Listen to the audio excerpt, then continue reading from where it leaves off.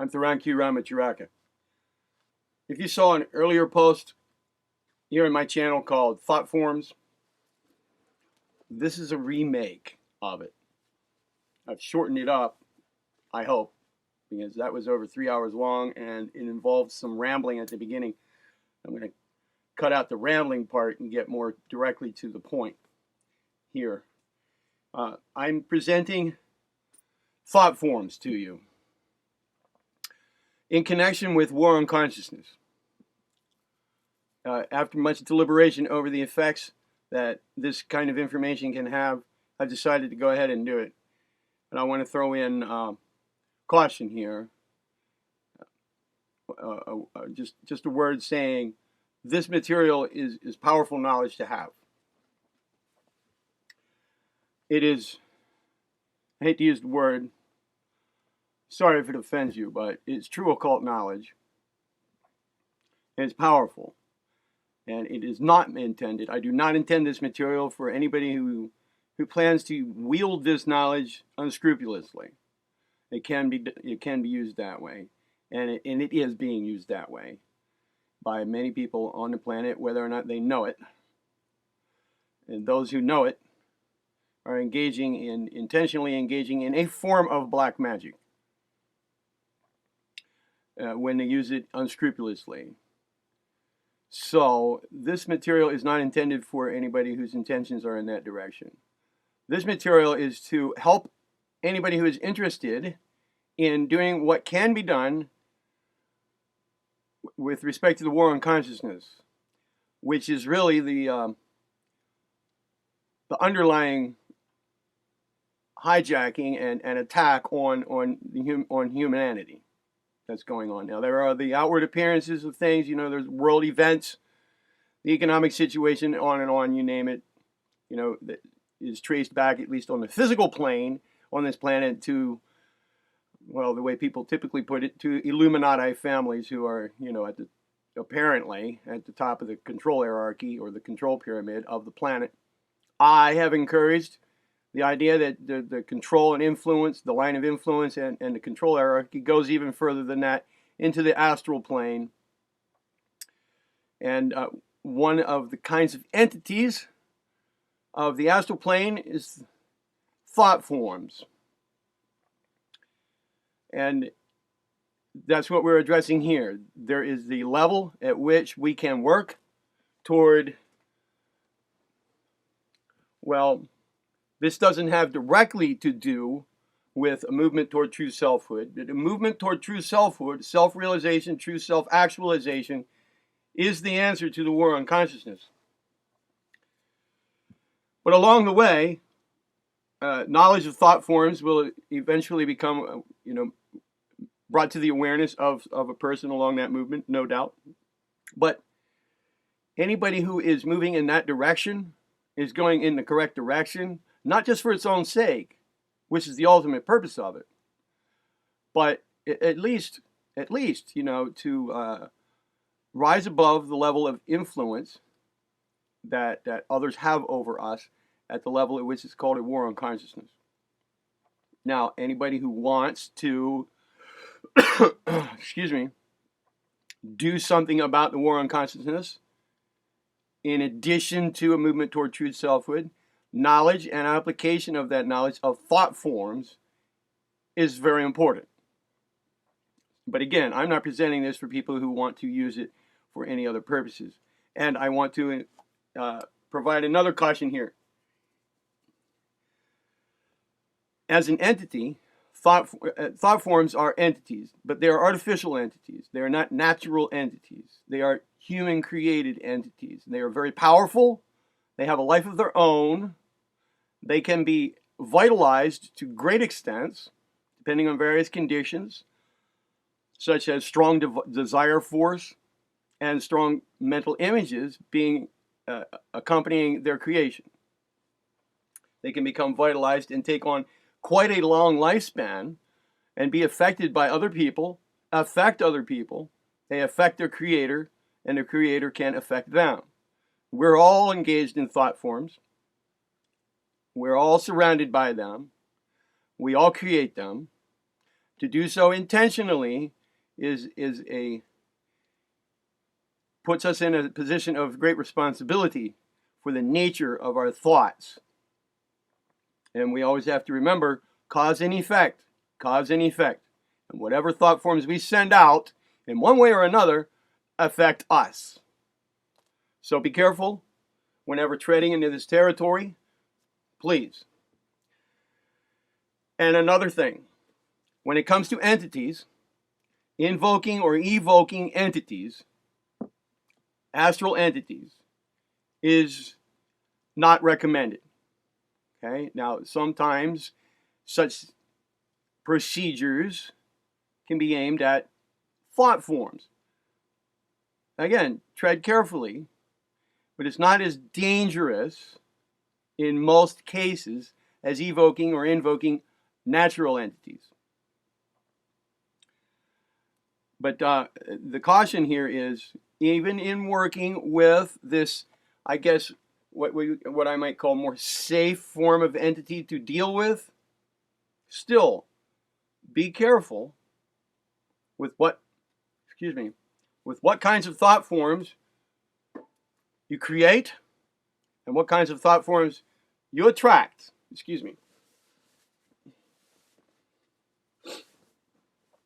Just came in from outside and it's really cold out.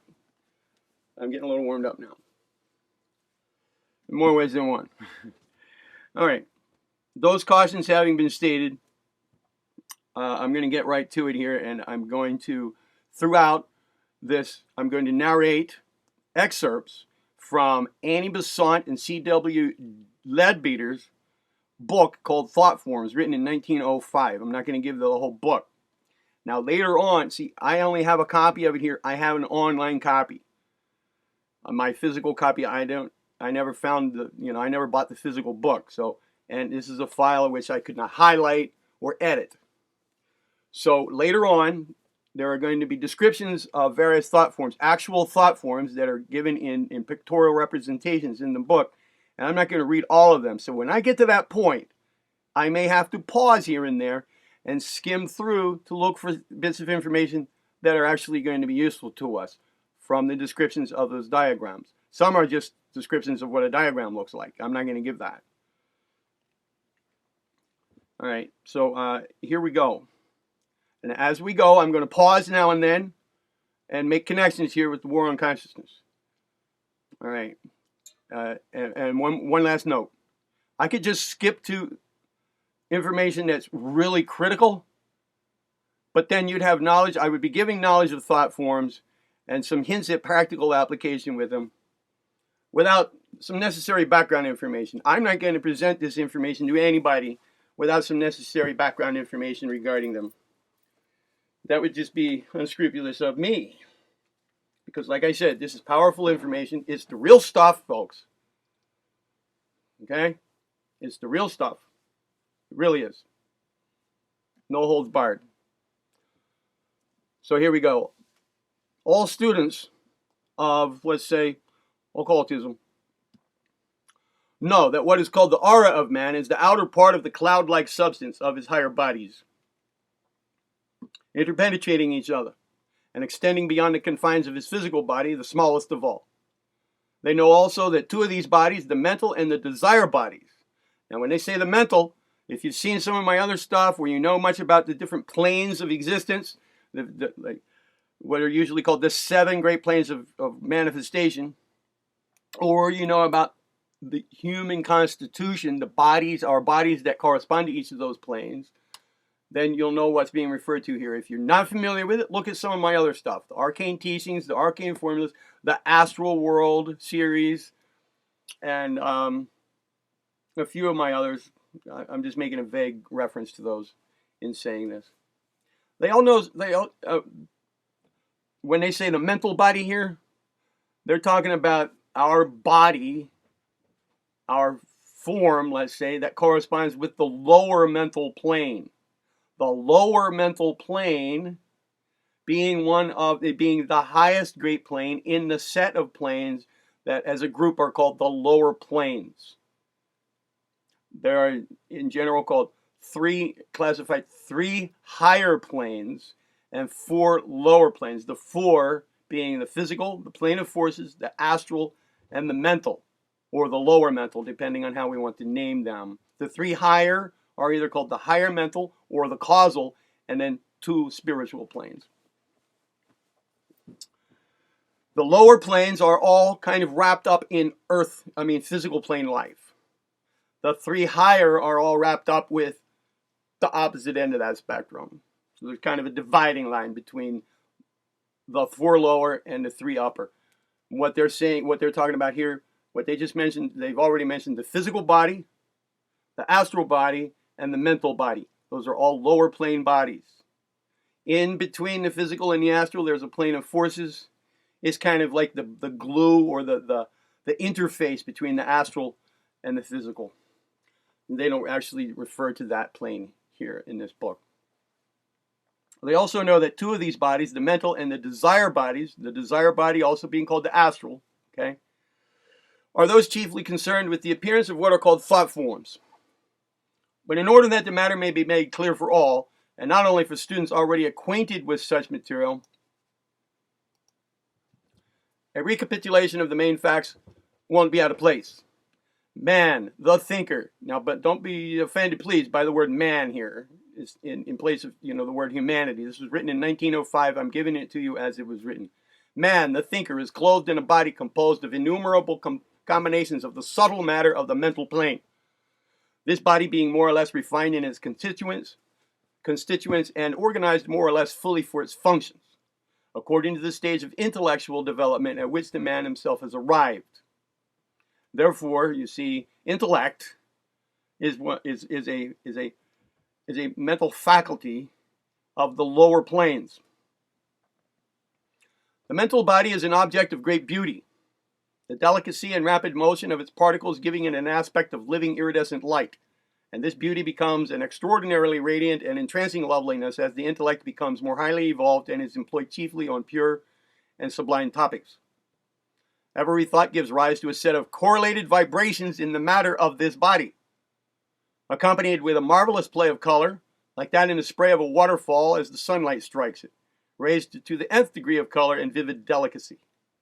The body under this impulse throws off a vibrating portion of itself, shaped by the nature of the vibrations, as figures are made by sand on a disc vibrating to a musical note. If you're familiar with cymatics, you've seen YouTube videos under the heading of cymatics, C-Y-M-A-T-I-C-S, you will see this in action. And this gathers from the surrounding atmosphere matter like itself in fineness from the elemental essence of the mental world.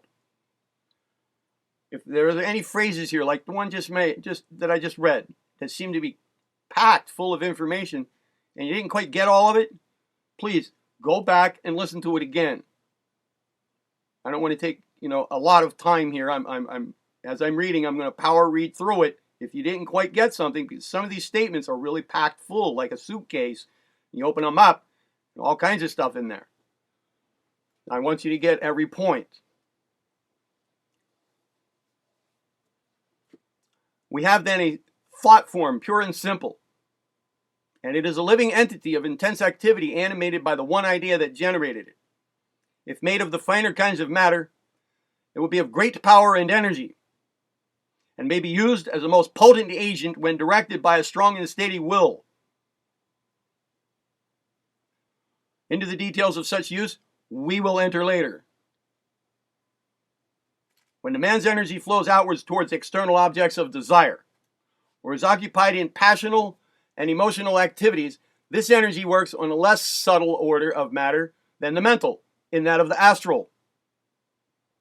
What is called his desire body is composed of this matter, and it forms the most prominent part of the aura in the undeveloped man.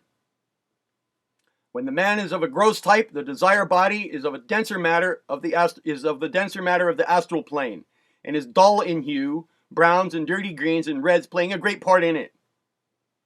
Through this will flash various characteristic colors as his passions are excited. A man of a higher type has his desire body composed of the finer qualities of astral matter, with the colors rippling over and flashing through it fine, and clear in hue. While less delicate and less radiant than the mental body, it forms a beautiful object in those cases. And as selfishness is eliminated, all duller and heavier shades disappear completely. This desire, or astral body, gives rise to a second class of entities, similar in their general constitution to the thought forms already described, but limited to the astral plane, and generated by the mind under the dominion of the animal nature. Now, I'm proposing here that the controlling forces of this planet know all about thought forms. And they have many people trained with the capacity to see them, to see any particular persons. I would not be surprised, given the extent of deceit and evil and knowledge of such affairs that these people have, that they have abilities to remotely view the thought forms being generated and hovering around any given individual they want to view them about, and send thought forms in that individual's direction. They certainly, by direct and indirect means, are creating very powerful thought forms that are destructive on this planet in the war on consciousness, intentionally. And then many more are being created of such manner unintentionally.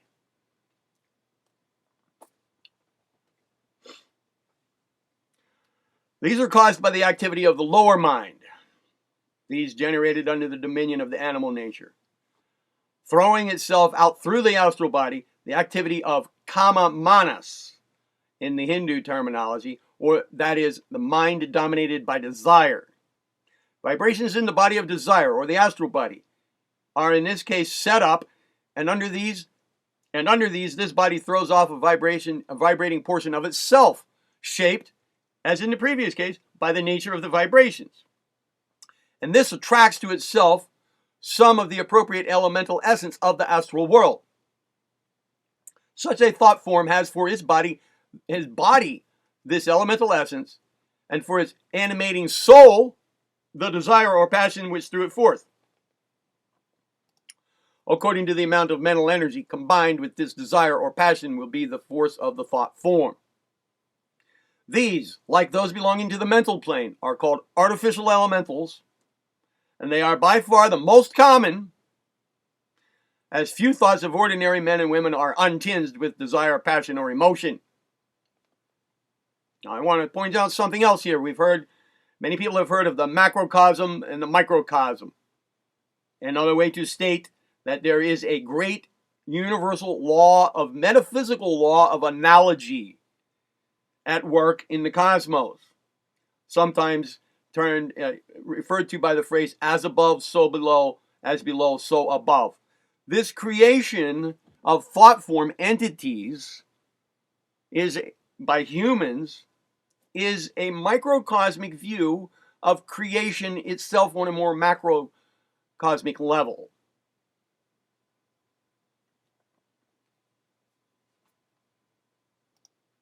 Two effects of thought.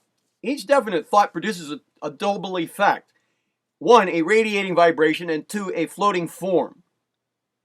The thought itself appears first to clairvoyant sight as a vibration in the mental body, and this may be either simple or complex.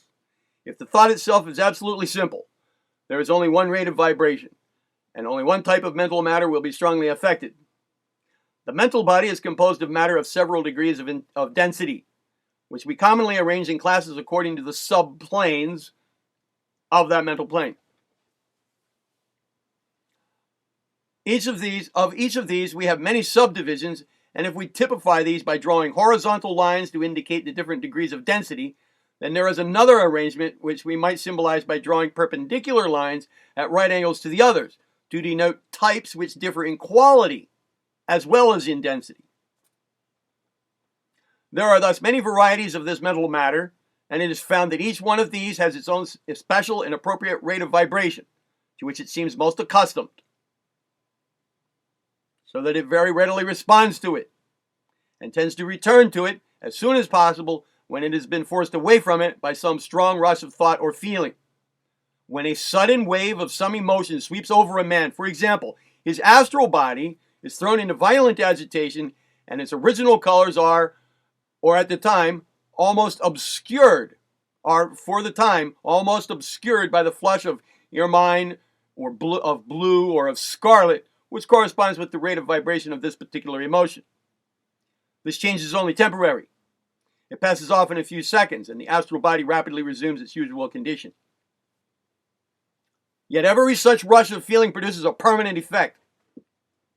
It always adds a little of its hue to the normal coloring of the astral body, so that every time that the man yields himself to a certain emotion, it becomes easier for him to yield himself to it again, because his astral body is getting into the habit of vibrating at that special rate. This is very valuable information. The majority of human thoughts, however, are by no means simple. Absolutely pure affection, of course, does exist, yes, but we very often find it tinged with pride, or with selfishness, with jealousy, or with animal passion. This means that at least two separate vibrations appear both in the mental and astral bodies at the same time, frequently more than two. The radiating vibration, therefore, will be a complex one, and the resultant thought form will show several colors instead of only one. Now here's how the vibration part acts. These radiating vibrations, like all others in nature, become less powerful in proportion to the distance from their source, though it is probable that the variation is in proportion to the cube of the distance instead of to the square, because of the additional dimension involved. Again, like all other vibrations, these tend to reproduce themselves whenever opportunity is offered to them. And so whenever they strike upon another mental body, they tend to provoke in it their own rate of motion. That is, from the point of view of the man whose mental body is touched by these waves, they tended to produce in his mind thoughts of the same type as that which had previously arisen in the mind of the thinker who sent forth the waves. The distance to which such thought waves penetrate, and the force and persistency with which they impinge upon the mental bodies of others, depend upon the strength and the clearness of the original thought. Sorry. I'm a little itchy. In this way, the thinker is in the same position as the speaker. The voice of a speaker sets in motion waves of sound in the air, which radiate from him in all directions and convey his message to all those who are within hearing, and the distance to which his voice can penetrate depends upon its power and upon the clearness of his enunciation. In just the same way, the forceful thought will carry very much further than the weak and undecided one.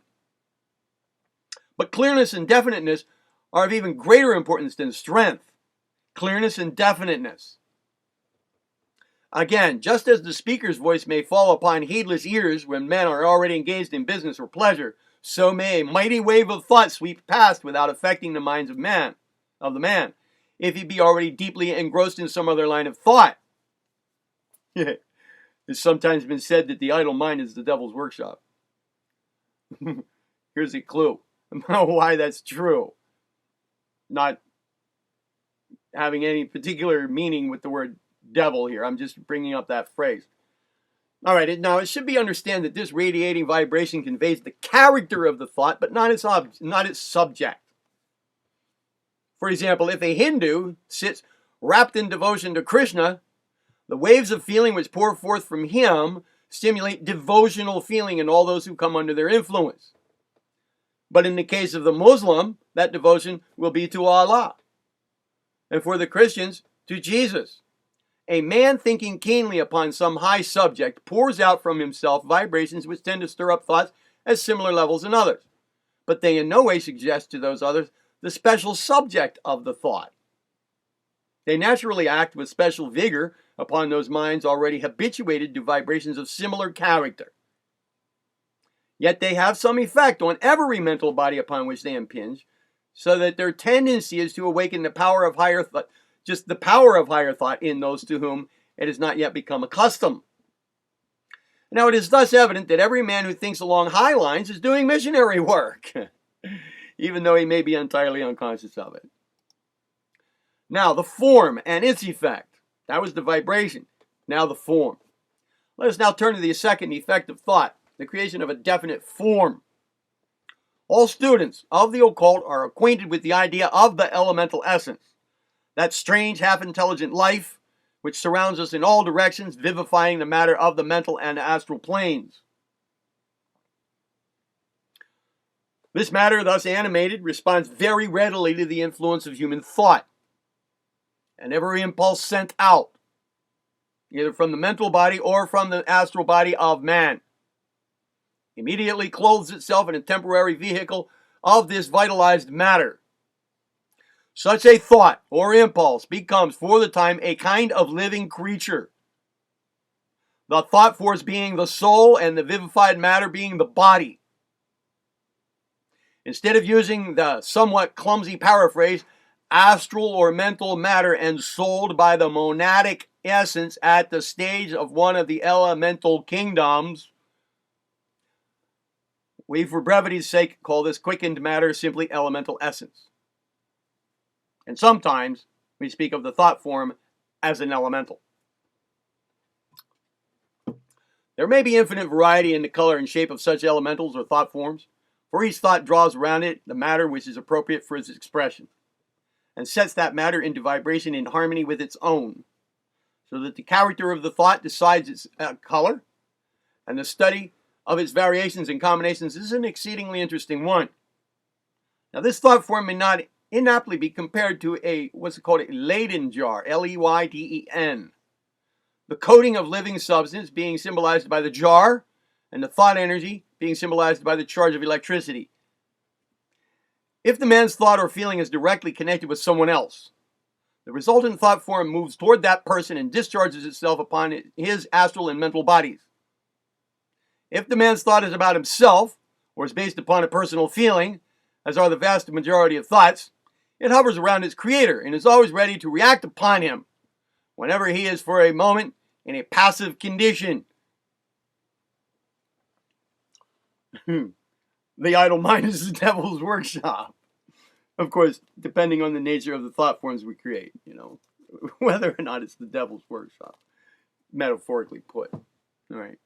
For example, a man who yields himself to thoughts of impurity may forget all about them while he's engaged in the daily routine of his business, even though the resultant forms are hanging around him in a heavy cloud, because his attention is otherwise directed, and his astral body is therefore not impressible by any other rate of vibration than its own at the moment. When, however, the marked vibration slackens, and the man rests after his labors and leaves his mind blank as regards definite thought, he's very likely to feel the vibration of impurity stealing insidiously upon him. At this point, I'm going to interject. This reference to his mind, he leaves his mind blank. I want to point something out. There are two things here I'm going to point out about blanking out your mind. One,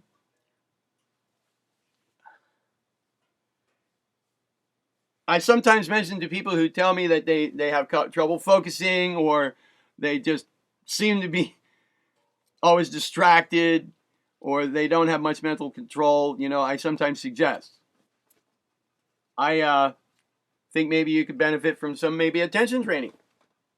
I can help you with that.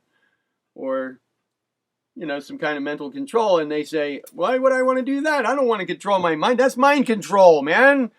I just want my mind to be free, left to do what it's going to do, Jeez.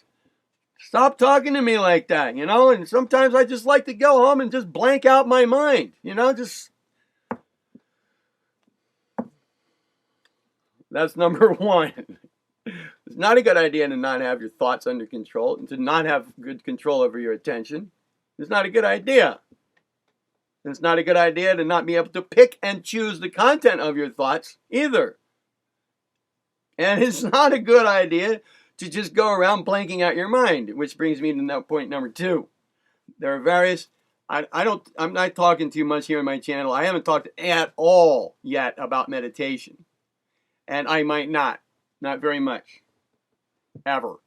Because this seems to be a touchy subject with people. Everybody seems to have their way of meditating, their own definition of what meditation really is. And there are a lot of techniques out there, and some of them involve the idea of blanking out your mind, emptying your mind, no thought.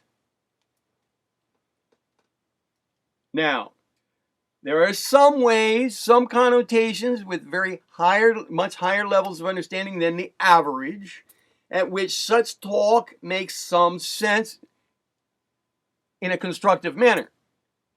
But most discourse, most ideas about that phrase are not a good idea. This idea of blanking out your mind and just emptying it, because everything else can then rush in, whether or not you know it. Not just thought forms of any type that happen to be hanging around. It's just you're opening the door that way. There are other entities as well. Many others. Thought forms happen to be the subject of this video here. And they are one of the most common that are, in my opinion, employed in a war on consciousness if we want to talk about astral and mental entities. Okay? Astral plane and mental plane entities. Thought forms play a major role. If the consciousness of the man be to any extent awakened, he may perceive this stealing insidiously upon him. He may perceive this and cry out that he is being tempted by the devil. Yes. Yet the truth is that the temptation is coming from without is only an appearance, since it's nothing but the natural reaction upon him of his own thought forms. Each man travels through space enclosed within a cage of his own building, surrounded by a mass of the forms created by his habitual thoughts. Through this medium, he looks out upon the world, and naturally, he sees everything tinged with its predominant colors, and all rates of vibration which reach him from without are more or less modified by its rate. Thus, until the man learns complete control of thought, there we go, thank you, and feeling, he sees nothing as it really is, since all his observations must be made through this medium, which distorts and colors everything like badly made glass.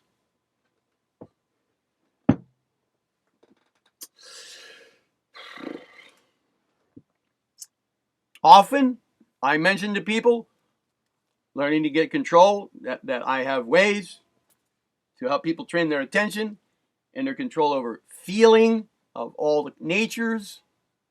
I'm in the process of posting more material toward these ends here, and specific applications of such ends here on my channel. I noticed that kind of material, just like my responses I get from people in general,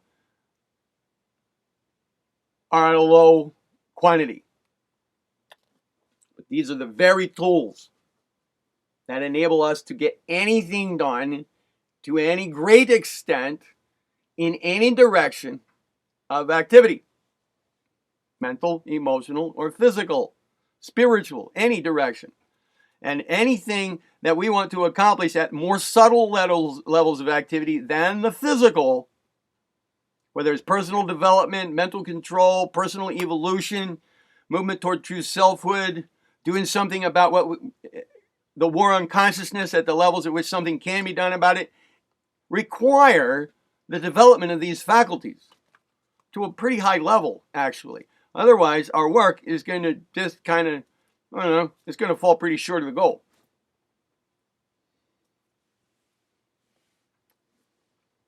If the thought form be neither definitely personal, nor specially aimed at someone else, well, then it simply floats detached in the atmosphere, all the time radiating vibrations similar to those originally sent forth by its creator. If it does not come into contact with any other mental body, this radiation gradually exhausts its store of energy, and in that case, the form falls to pieces. But if it succeeds in awakening sympathetic vibration in any mental body near at hand, an attraction is set up, and the thought form is usually absorbed by that mental body. And then another interjection. An attraction is set up. We're not going to talk about the law of attraction here, folks. But I do want to make a little side note about it right here. The word attraction was mentioned. There's so much going on here in the world right now, marketing material about the law of attraction. And the hype, as I know, started lately here within the last 10 or 15 years is somebody writing something or publishing something or making a movie, something like that, called The Secret. Well, folks, it's no secret. For number one, if it was secret when the movie or that book came out called The Secret, well, the minute people started hearing it or listening to it or watching it, it was no longer a secret. But moreover, number two, it's no secret. It hasn't been a secret for a very long time, thousands of years, okay? Good grief. It's just not been known by everybody. And number two, from the nature of questions that I read on the internet about it, in various question and answer forums, people who are exposed to this recent law of attraction, marketing, money making, and hype stuff. And the nature of the questions that I hear people asking after being exposed to some of this material, the nature of the questions just betrays the fact, or exposes the fact, that whatever material they've been exposed to isn't giving them much good material. Very incomplete information. All right. What's going on here, what's being said here and in certain of my other videos, is much more complete information about such a thing. Even though I don't post anything directly about the law of attraction, that to me, it's just one little thing. You can figure out for yourself how it works if you have real more thorough knowledge of how affairs actually operate in the astral and mental plane levels. All right, here we go. Once again.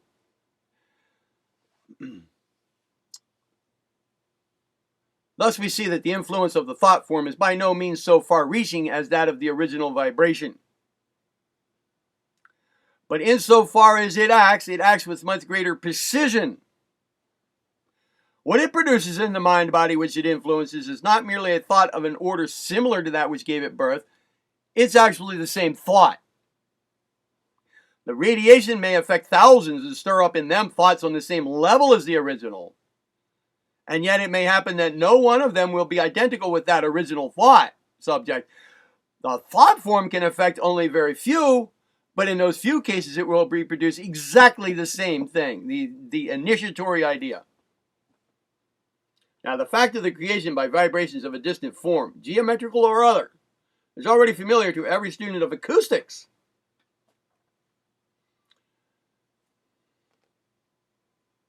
By the way, another interjection. The very fact that thought forms influence the mental and astral bodies of a recipient with the same thought as the initiatory idea makes it so that we really have to be careful how we're going about creating thought forms if we're doing it with the intention to have some control or influence over some specific person or group of people with the use of thought forms.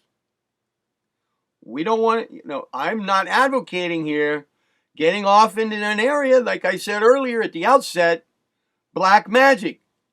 If we go about doing this with the intent to control the content, the mental content of other people, especially against their will, without their knowing, if we go about this in a manipulative fashion, and moreover, in a manner that has to do with satisfying our own desires, and even to a somewhat lesser extent, but still importantly, to get them to think in a way or act in a manner that is consistent with the way we think the world ought to be, we're getting real into that area that can be considered black magic, and the repercussions of that kind of intentional, willful activity, the repercussions by way of cause and effect and other universal laws at work, is greater, it has a greater rebound effect upon the generator, the creator of that thought form, than if such a thought form were created unintentionally, unconsciously. So the responsibility for this kind of activity increases with intent, use of will, power put into it, and the quality of the thought form, all working together. So we need to be careful. There are constructive and okay ways to go about doing this kind of thing, and there are other ways that aren't. Okay, so these are warnings, these are cautions. We'll learn more about this as we go. But still, as a general practice, working with thought forms as entities is still treading on less dangerous ground with respect to getting involved with entities at a conscious level than is evoking or invoking natural entities.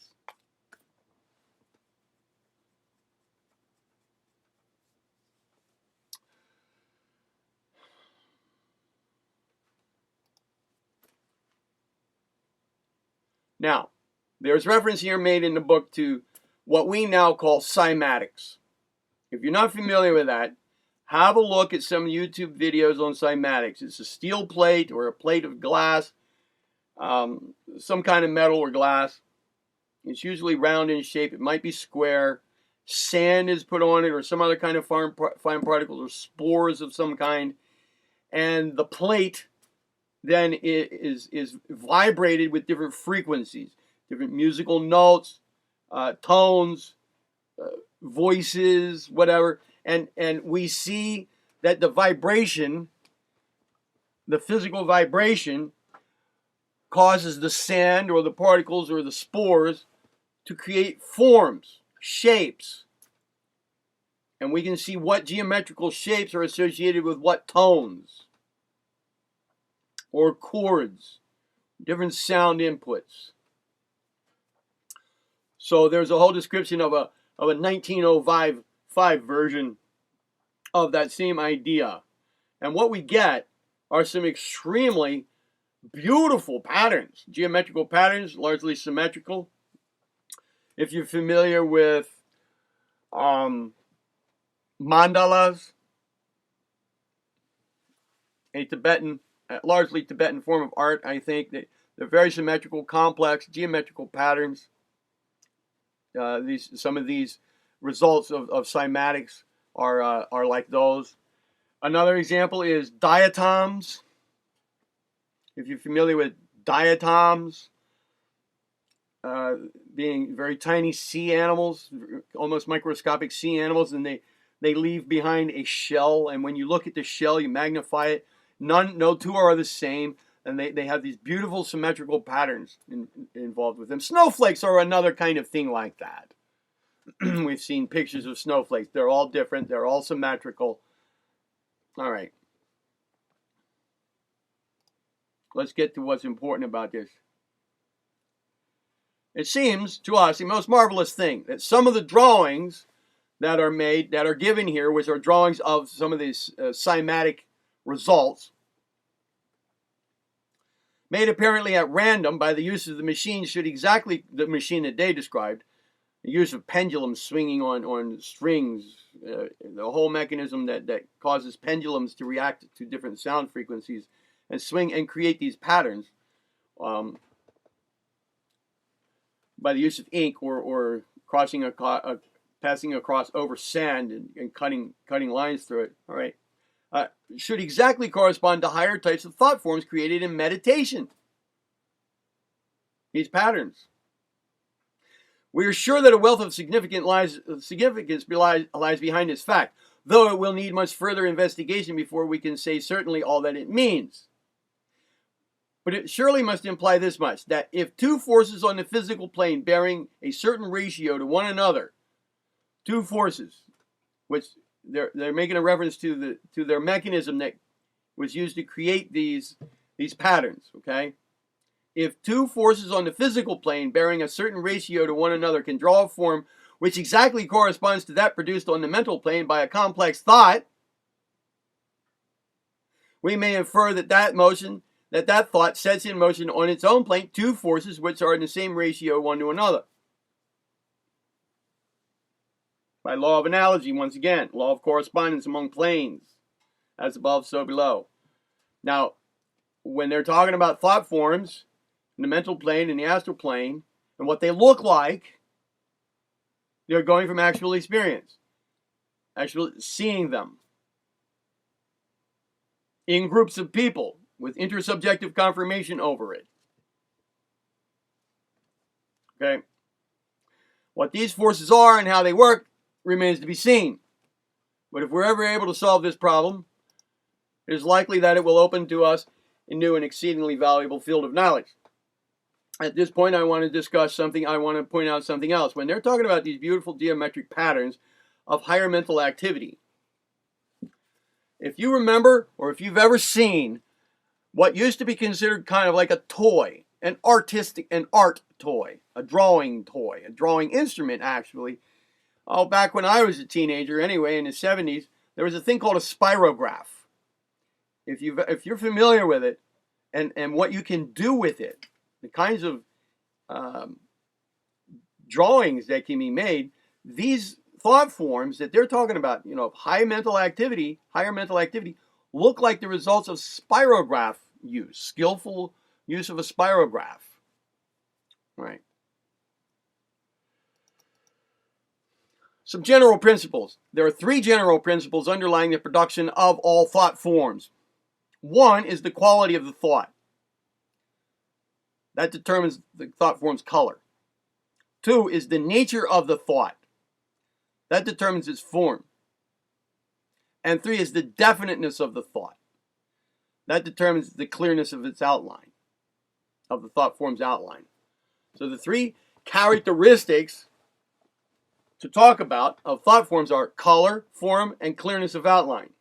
And they respectively are determined by quality, nature, and definiteness of the thought that produced them. Now, we're going to talk about the colors, which are determined by what?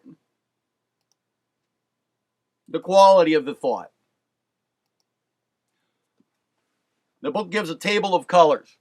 And there's another book called Man, Visible and Invisible that goes into great detail about the meanings, the significances, the denotations of the various colors. We're just going to... Ouch! My cat. Jeez. Panther. What in the world are you doing? I think she just clawed a hole through my finger here. My word. She wants my attention. She'll get it as soon as I'm done. So we're going to talk about some of the colors and their significances. Now this becomes important because if we want to intentionally create thought forms, we can intentionally create the colors of them that we want by willing to do so and picturing it in our minds as happening. Hi, Panther. Excuse me just a moment. That's enough with the clawing, okay? Thank you, baby. Yeah. All right. For the sake of those who have not at hand a full description of the colors, it would be well to state that black means hatred and malice. A black thought form is a thought form created from hatred and malice. Red of all shades, from lurid brick red to brilliant scarlet, indicates anger. Brutal anger will show as flashes of lurid red from dark brown clouds, while the anger of noble indignation is a vivid scarlet. It's not, that one is by no means unbeautiful, although it gives an unpleasant thrill. A particularly dark and unpleasant red, almost exactly the color called dragon's blood, shows animal passion and sensual desire of various kinds. Clear brown and almost burnt sienna shows avarice. Hard, dull, brown gray is a sign of selfishness, a color which is indeed painfully common. Deep, heavy gray signifies depression, while a livid, pale gray is associated with fear. Gray-green is a signal of deceit, while a brownish green, usually flecked with points and flashes of scarlet, betokens jealousy. Green seems to always denote adaptability. In the lowest case, when mingled with selfishness, this adaptability becomes deceit. At a later stage, when the color becomes purer, it means rather the wish to be all things to everybody. Even though it may be chiefly for the sake of becoming popular and bearing a good reputation with everybody. In a still higher sense, more delicate and more luminous aspect, it shows the divine power of sympathy. Affection expresses itself in all shades of crimson and rose. A full, clear carmine means a strong, healthy affection of normal type. If stained heavily with brown gray, a selfish and grasping feeling is indicated. While pure pale rose marks that absolutely unselfish love which is possible only to high natures. It passes from the dull crimson of animal love to the most exquisite shades of delicate rose. Like the early flushes of the dawn, as the love becomes purified from all selfish elements and flows out in wider and wider circles of generous, impersonal tenderness and compassion to all those who are in need. With a touch of the blue of devotion in it, blue. This may express a strong realization of the universal brotherhood of humanity. This delicate rose with a touch of blue. Deep orange imports pride or ambition, and the various shades of yellow denote intellect or intellectual gratification. Dull yellow ochre implying the direction of such faculty to such selfish purposes, while clear gamboge shows a distinctly higher type, and pale luminous primrose yellow is a sign of the highest and most unselfish use of intellectual power, the pure reason directed to spiritual ends. The different shades of blue all indicate religious feeling and range through all hues from the dark brown blue of selfish devotion or the pallid gray blue of fetish worship tinged with fear. Sounds like some religious ideas that we're all familiar with. Up to the rich, deep, clear color of heartfelt adoration. The devotional thought of an unselfish heart is very lovely in color, like the deep blue of the summer sky. Through such clouds of blue will often shine out golden stars of great brilliancy, darting upwards like a shower of sparks. A mixture of affection and devotion is manifested by a tint of violet. And the more delicate shades of this invariably show the capacity of absorbing and responding to a high and beautiful ideal. The brilliancy and the depth of the colors are usually a measure of the strength and the activity of the feeling. The brilliancy and the depth, usually a measure of the strength and the activity of the feeling. Now, another consideration which must not be forgotten is the type of matter in which these forms are generated. If a thought be purely intellectual and impersonal, for example, if the thinker be attempting to solve a problem in algebra or geometry, the thought form and the wave of vibration, both, will be confined entirely to the mental plane.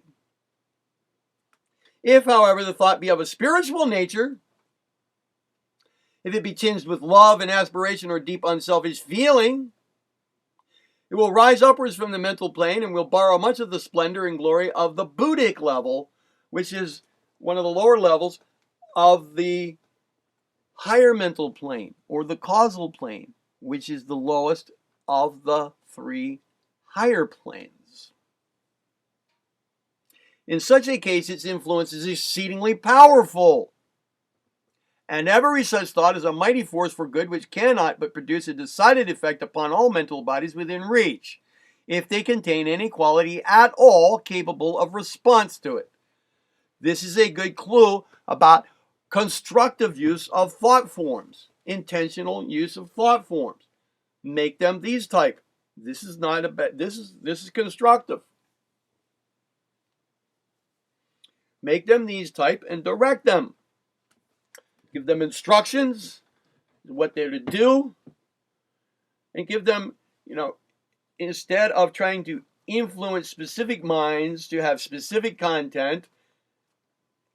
I mean, if it's not for selfish purposes and it involves very high ideals, then it's probably on the okay side to direct such things at specific people. Yes.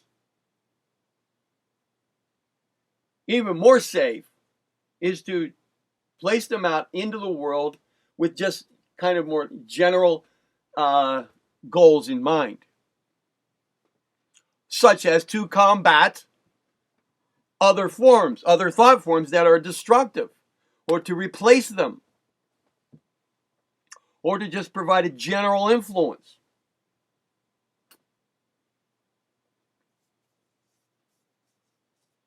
If, on the other hand, the thought has in it something of self or of personal desire, at once its vibration turns downwards and it draws around itself a body of astral matter in addition to its clothing of mental matter.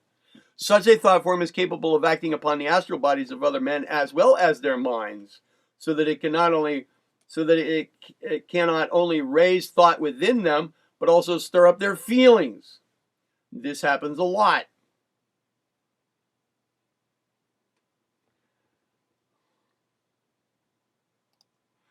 Now, there are three classes of thought forms.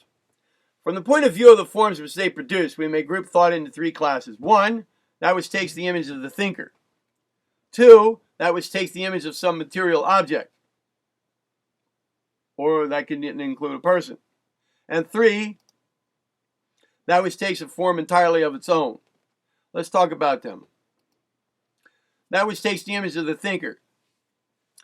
When a man thinks of himself, let's say, as in being in some distant place,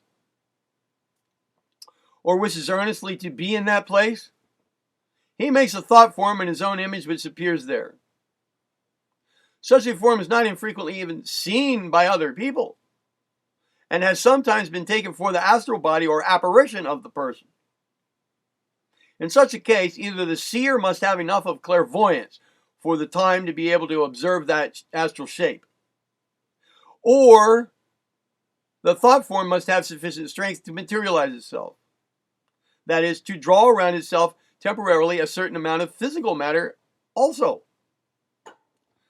The thought which generates such a form as this must necessarily be a strong one, and it therefore employs a larger proportion of the matter of the mental body. So that though the form is small and compressed when it leaves the thinker, it draws around itself a considerable amount of astral matter then, and usually expands to life size before it appears at its destination.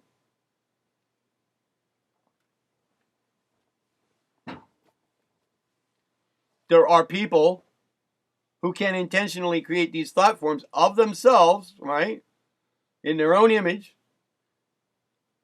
Does that sound familiar? Creating something in one's own image. Like I said, microcosm at work here. Okay?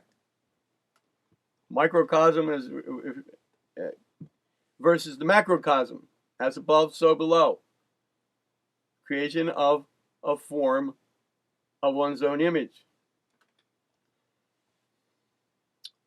There are people who can do this with enough strength, enough power, enough focus, enough attention, intention, and clearness of mental image, and use of power of will to create a thought form just like that and intentionally have it materialize, at least partially, to others' view at that distant location. When you add in other things like clairaudience, clairvoyance, clairaudience being the auditory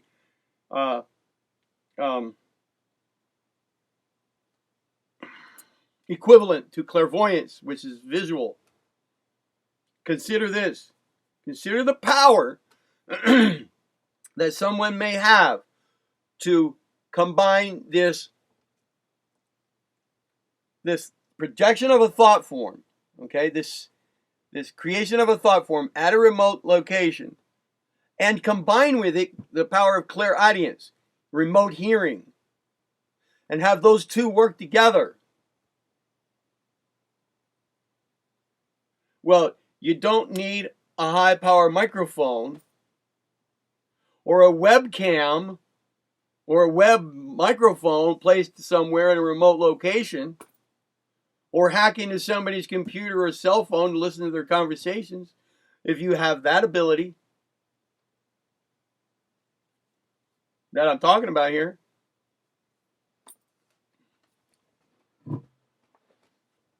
and believe it, with all the psychic research that's been done that we haven't been told about, but just think back, World War II era and earlier, And through the 50s, the Cold War, all the research that was being done with all kinds of mind control, time travel, on and on, that we just have kind of like heard a little bit about, and some of it's starting to be talked about now, finally.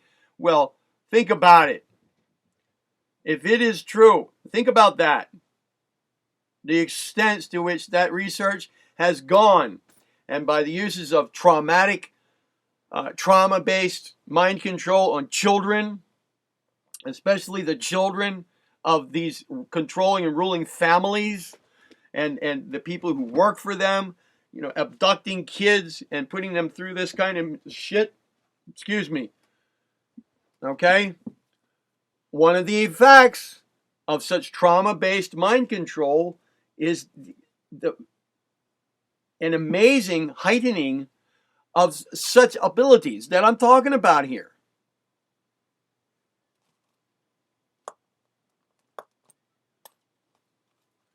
So knowing about this kind of material, folks, is really important if we want to know about some of the more subtle methods employed in the war on consciousness, okay?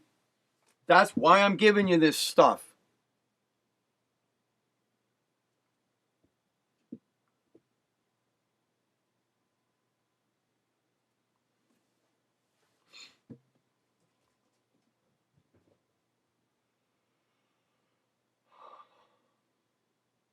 Number 2, thought forms which take on the image of some material object. When a man thinks of his friend, for example, he forms within his mental body a minute image of that friend in his mental body. A little image, a little mental image, okay? Which often passes outward and usually floats suspended in the air before him. In the same way, if he thinks of a room, a house, a landscape, tiny images of these things are formed within the mental body and afterwards externalized. Move away from the immediate mental body. This is equally true when he is exercising his imagination, the root word of which is image. The painter, for example, the artist who forms a conception of his future picture or painting, builds it up out of the matter of his mental body and then projects it into space in front of him. He keeps it before his mind's eye and then copies it.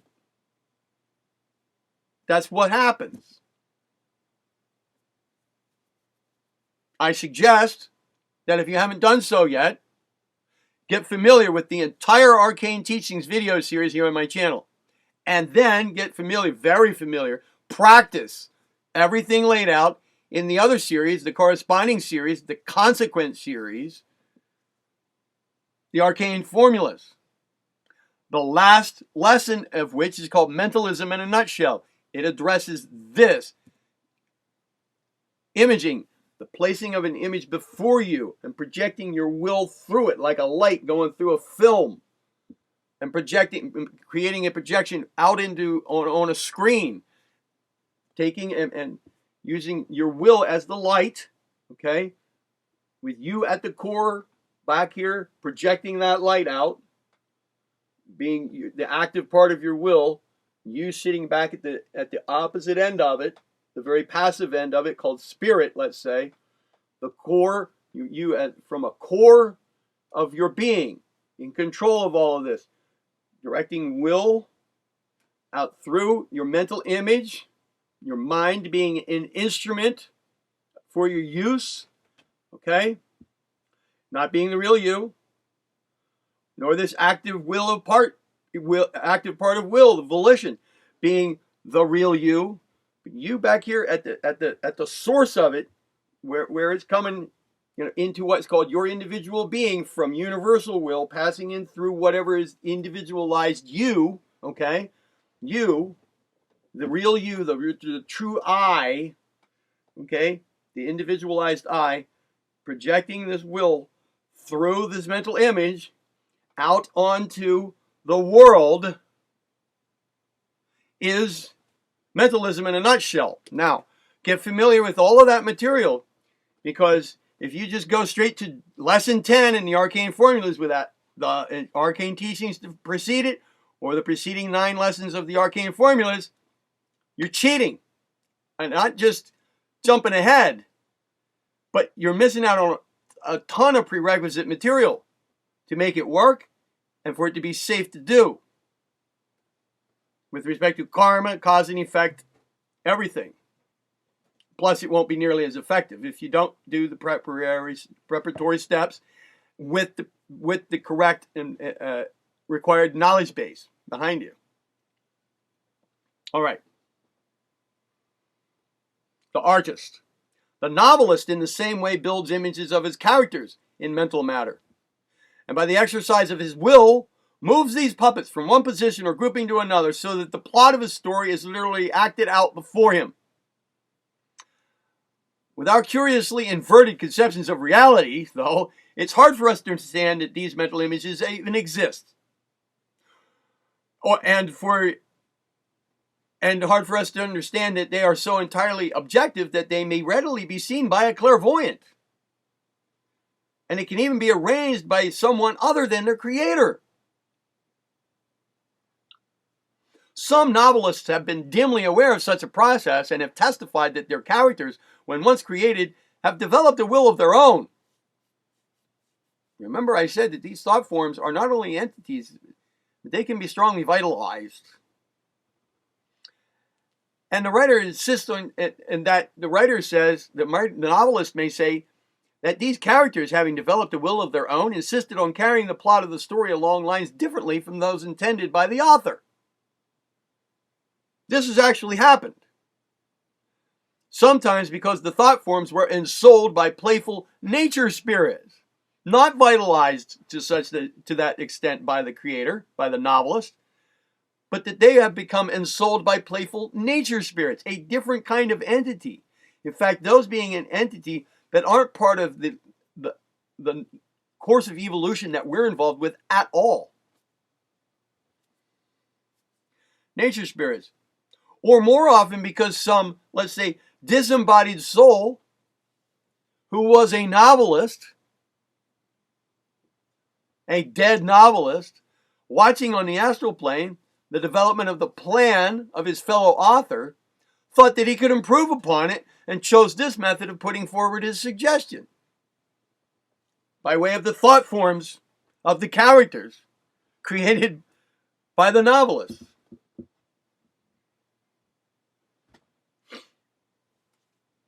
This is very important information to know.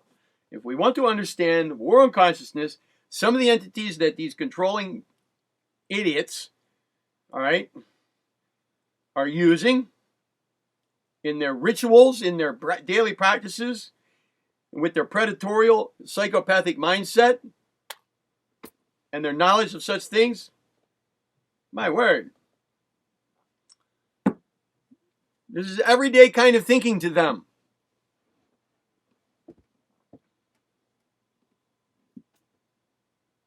And number 3, thought forms which take on a form entirely of their own. Expressing it, a thought form, in this case, expresses its inherent qualities in the matter which it draws around it, like any other. Only thought forms of this third class can actually usefully be illustrated, for to represent those of the first or second class would be merely to draw portraits or landscapes. But in those types we have the plastic, mental, or astral matter molded in imitation of forms belonging to the physical plane, you see. Portraits or landscapes. But in this third group, we have a glimpse of the forms natural to the astral or mental planes. So, they could be meaningfully illustrated for us, yet the very fact that they are forms natural to, these illustrations would be forms natural to the astral or mental planes, which is what would make them so interesting. This places an insuperable barrier in the way of their accurate reproduction. As thought forms of this third class almost invariably manifest themselves on the astral plane, as the vast majority are expressions of feeling as well as of thought. Those of which we give here, they give some examples, illustrations of actual thought forms. Not just what somebody thinks they might look like, but actual ones. We give specimens almost wholly of that class, except that we take a few examples of the beautiful thought forms created in definite meditation by those who, through long practice, have learned how to think. Thought forms directed toward individuals produce definitely marked effects. Now, these effects being either partially reproduced in the aura of the recipient, and so increasing the total result, or they are repelled from it. A thought of love and of the desire to protect, directed strongly towards some beloved object, creates a form which goes to the person thought of, and remains in his aura as a shielding and protecting agent. This is a very good use for thought forms, for people who you care for, or anybody you want to extend care toward. To do this deliberately.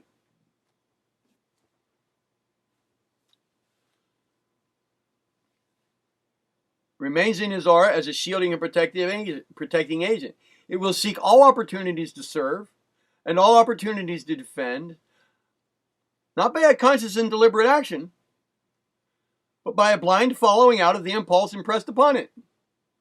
And it will strengthen friendly forces that impinge on the aura of that person, and it will weaken unfriendly ones. So you see, we can create thought forms that do this, okay?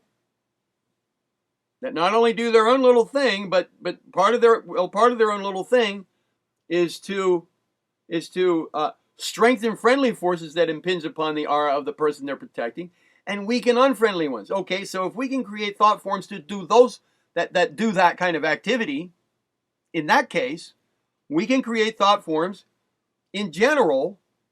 As a more general statement here, we can create thought forms that affect forces. At least in the manner of affecting what other thought forms do. So we can work thought form to thought form level. We don't have to work thought form to person level. In this manner, it's up to the other person whether or not they are open to influences of thought forms of any character. That's up to them. If we create thought forms that act on other thought forms, we're not intentionally involving any specific person at all. And we're not invading them at all. This is a good clue if we want to help do something about the war on consciousness.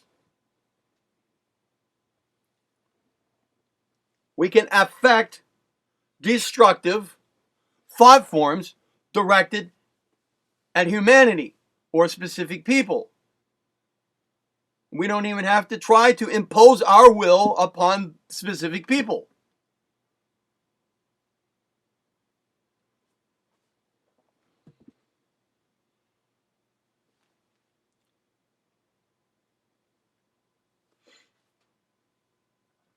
In this manner, we may create and maintain veritable guardian angels around those who we love. And many a mother's prayer for a distant child thus circles round him, that child, though she knows not the method by which her prayer is answered, so to speak. It's really the creation of thought forms. In cases in which good or evil thoughts are projected at individuals, those thoughts, if they are to directly fulfill their mission, must find in the aura of the object to whom they are sent materials capable of responding sympathetically to their vibrations. Any combination of matter can only vibrate within certain definite limits. And if the thought form be outside all the limits within which the aura is capable of vibrating, it cannot affect that aura at all. Now, this is sometimes used as an excuse to create destructive thought forms projected at a specific person and call it okay to do. The justification being, well, if that person doesn't have any, isn't vibrating at any level at all like the thought form I just sent, well, then it's not going to affect them. No, listen. Earlier, it was mentioned, wasn't it, that all thought forms, if they can all have some kind of an impact, it can influence. If the thought force cannot break through all the way and planted specific, embedded specific content into that person's mental body, it can at least influence that person to think more along those lines in general. And it is still in the same manner, in a similar manner to, if you go around thinking adultery, because you're creating thought forms, and there is a law of cause and effect associated with that, you're doing as much in the direction of adultery. I'm not preaching adultery or non-adultery here. Just an example came to my mind because it's a common one. Than if you just kind of like, without any premeditation whatsoever, committed adultery as a just a kind of like a mindless act. In the same manner, the intent is there in the case of creating a destructive a thought form meant towards the devolution of that other person, and sent it there with the justification that, well, if that person isn't vibrating at all, in a manner that's correspondent to or in harmony with my thought form, then it won't affect him. Therefore, I'm not doing anything evil. I'm not imposing my will. No, the intent was there. Don't rationalize this stuff like that. No.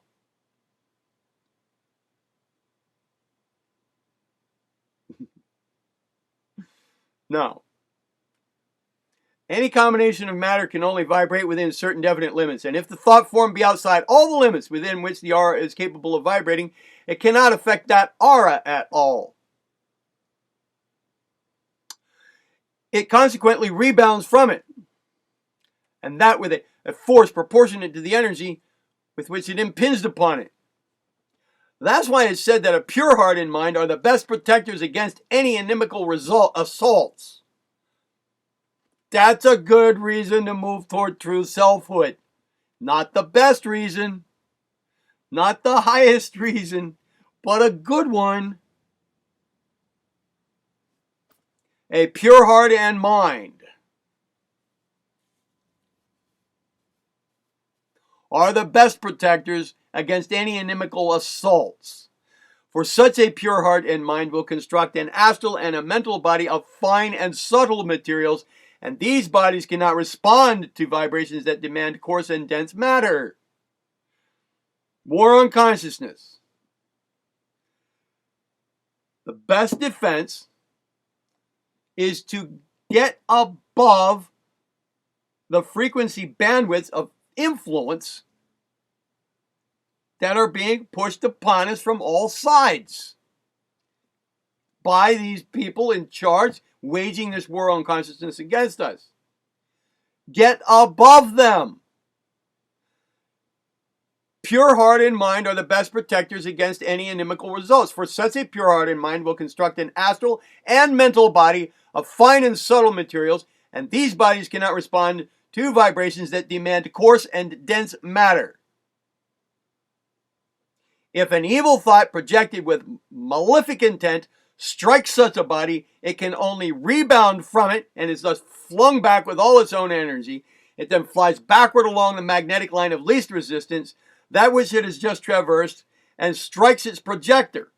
He, having matter in his astral and mental bodies, of course, similar to that which that of the thought form he generated, is thrown into respondent vibrations and suffers the destructive effects that he had intended to cause to another.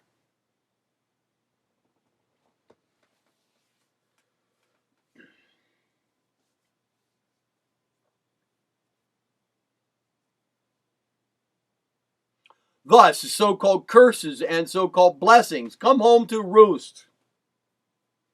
From this arise also the very serious effects of hating or suspecting a good and highly advanced man. The thought form sent against him cannot injure him, the highly advanced man, no. And they rebound against their projectors, shattering them mentally, morally, or physically. Several such instances are well known to us, we having come under their direct observation. And so long as any of the coarser kinds of matter connected with evil and selfish thoughts remain in a person's body, he is open to attack from those who wish him evil. But when he has perfectly eliminated these by self-purification, his haters cannot injure him. And he goes on calmly and peacefully amid all the darts of their malice. But it's bad for those who shoot out those darts.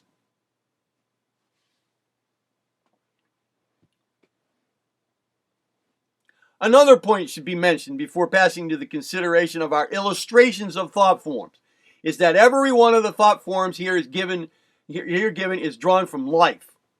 They're not imaginary forms prepared as some dreamer thinks they should appear or might appear. These are representations of forms actually observed as thrown off by ordinary men and women and either reproduced with all possible care and fidelity by those who have seen them or with the help of artists to whom the seers have described them. Now I'm going to, here's the point at which I referred at the start of this video, where I'm going to have to scan through and look for some relevant information for our subject matter here, for our specific intentions here. These are illustrative thought forms. I'll start with the first one, just to give you an idea of the sort of material that forms a lot of the rest of the book. There's other, more direct, straight information at the end, but there is some woven in through the descriptions of these illustrations as well.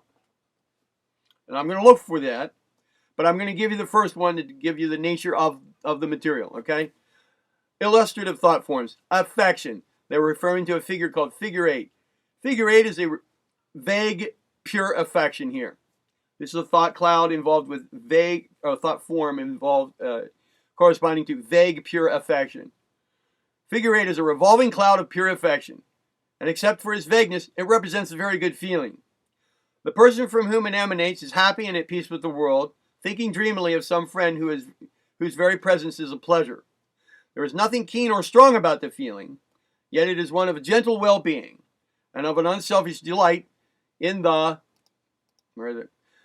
proximity of those who are beloved. The feeling which gives birth to such a cloud is pure of its kind, but there is in it no force capable of producing definite results. An appearance by no means unlike this frequently surrounds a gently purring cat and radiates slowly outward from the animal in a series of gradually enlarging concentric shells of rosy cloud. And I'm looking at the thought form here. That's what it is. It's kind of like it's a rosy cloud without a definite outline. It's just a rose colored, remember, rose, what it signifies, what it's associated with, what kind of thought and feeling is going to produce the color rose. And remember also, one of the properties of thought forms is its definiteness of outline, its clarity of outline, having to do with the definiteness of the thought. Well, this is just a cloud without a clear outline of rose. Kind of like just an amorphous shape, just with an outline is kind of like a hazy, undefinite outline. Okay. And it fades into invisibility at a distance of a few feet from the drowsily contented creator, like a purring cat. Then there's vague selfish affection. Definite affection, let's move to that one. Even the first glance at figure 10, definite affection, shows us that here we have to deal with something of an entirely different nature, something effective and capable, something that will achieve a result. So let's listen to what the difference is. The color is fully equal to that of figure 8, the rose color, in clearness and depth and transparency. But what was there a mere sentiment is in this case translated into emphatic intention coupled with unhesitating action.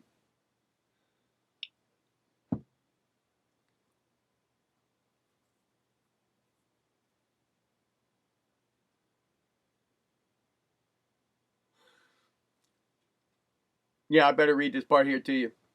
Those who have seen the book called Man, Visible and Invisible will recollect that in plate 11 of that volume is depicted the effect of a sudden rush of pure, unselfish affection as it showed itself in the astral body of a mother as she caught up her little child and covered it with kisses. Various changes resulted from that sudden outburst of emotion. One of them was the formation within the astral body of large crimson coils or vortices lined with living light. Each of these is a thought form of intense affection generated as we have described and almost instantaneously ejected towards the object of the feeling. So now, again, one of the points of this video is to not only describe what happens when thought forms and their characteristics and how they are generated and what actions they will take when done unconsciously, just as the way things work. We can do that consciously with much more effect. Remember, I've said elsewhere, when we go about doing affairs with knowledge of what's happening at these levels of operation, and we apply attention, strong attention, concentration, trained attention and concentration, strong use of will, connected to universal source of will, allowing that to course through us, right? For the purposes of evolvement of others and ourselves specifically, and a general evolvement of humanity, with intent, the use of clear mental pictures, and so forth. That creates a whole added dimension to the effectiveness and efficiency of these phenomena toward the ends that we have clearly in mind and in accordance with the motives that we clearly understand about ourselves and intentionally employ to move us to action. That's a loaded statement I just said. It was a complex sentence, and I hope you listen to it again.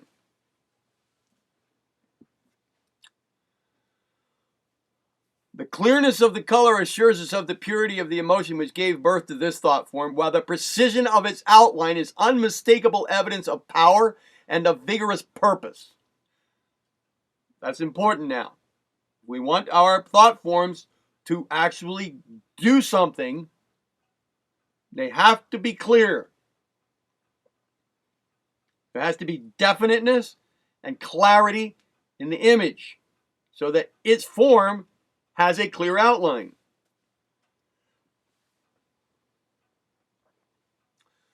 Radiating affection is the next one.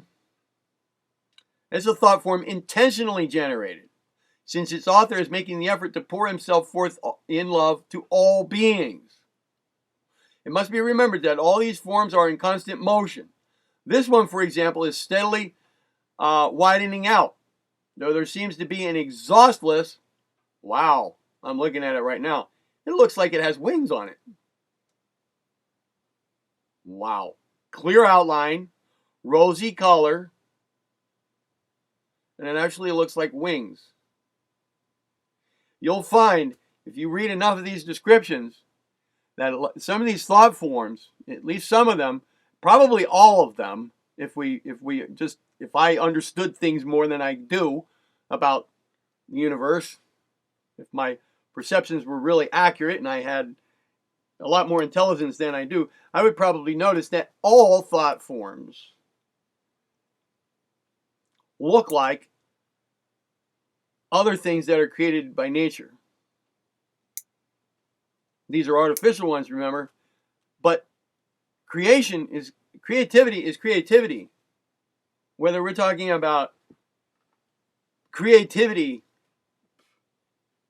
of the universal mind, by universal will, or by our individual share or participation in the universal mind, our individual selves, our own little lesser degree of creativity.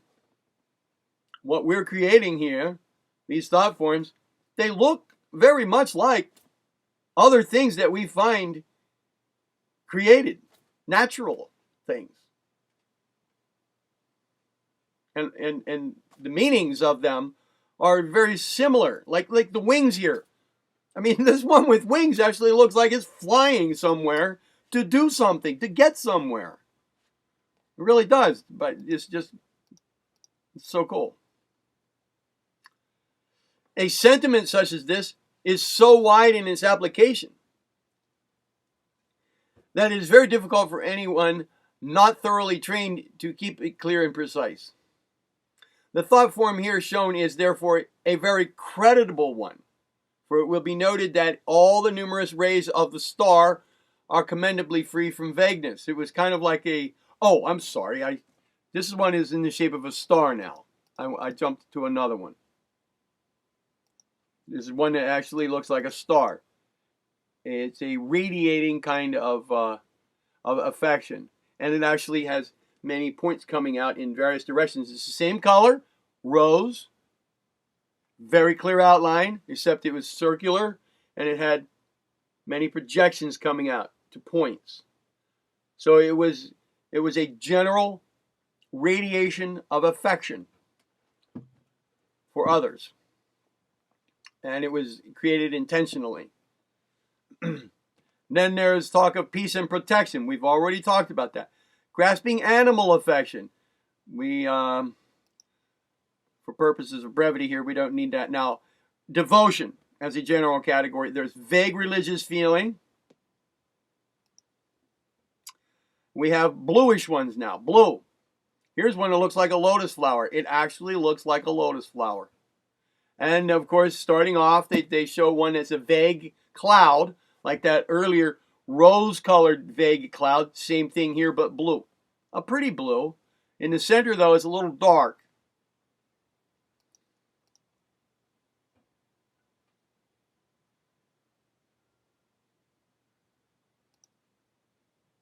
Then they have an upward rush of devotion. The response to devotion. We're getting into some that look like cone shapes with clear outlines.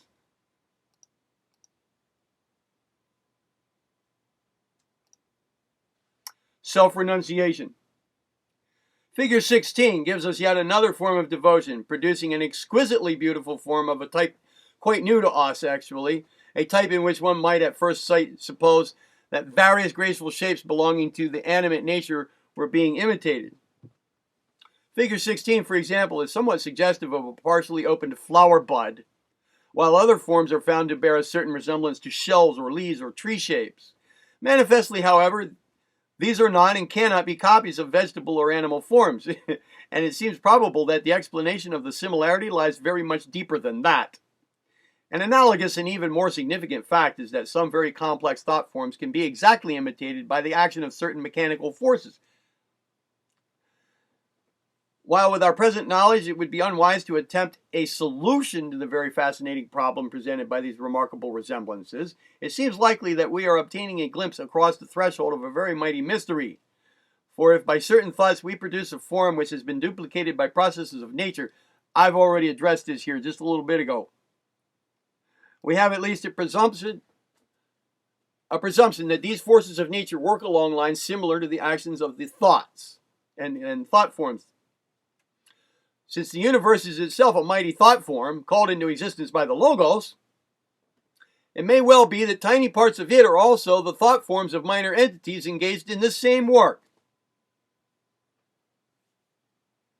And thus perhaps we may approach a comprehension of what is meant by the 330 million devas referred to by the Hindus. Now this form is of the loveliest pale azure, with a glory of white light shining through it. Something indeed to tax the skill of even the indefatigable artist who worked so hard to get them as nearly right as possible for us in this book. Now it is what a Catholic would call a definite act of devotion. Better still, an act of utter selflessness, of self-surrender and renunciation depicted here in this thought form. So I'm giving you ideas here of what kinds of thought forms to generate on purpose. Picture the thought form itself. In other words, have the thought associated with the thought form, right? Or that will create the thought form. Have that thought. Go about focusing.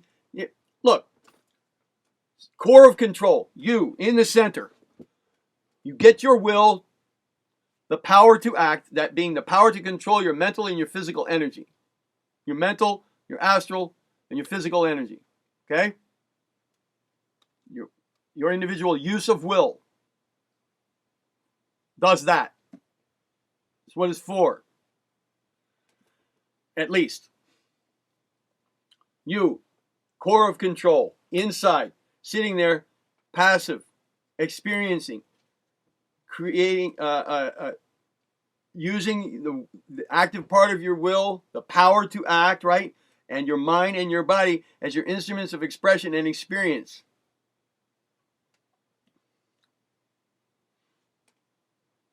And action, right? You get your will to get your mind to focus. That's attention control. Focus on a selected thought.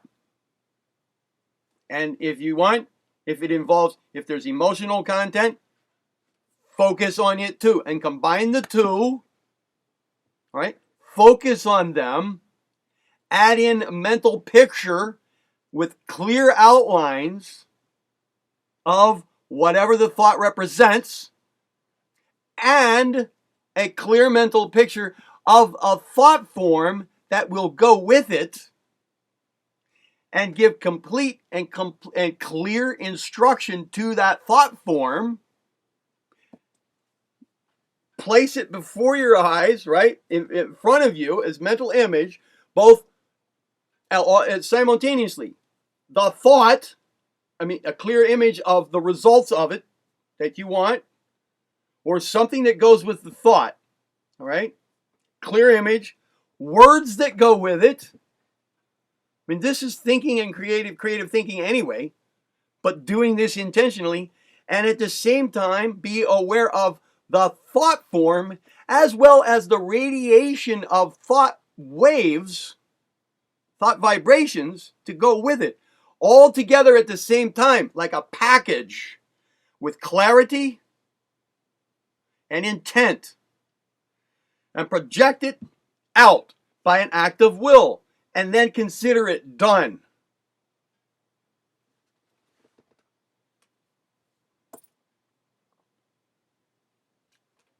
And see it happening in your mind's eye. See it happening.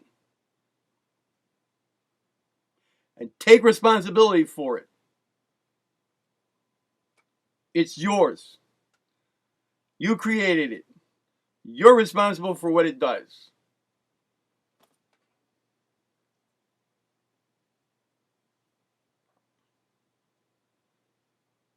So yeah, it's important to improve upon one's ability to control attention and to select specific content of thought, and to be careful what that selection is.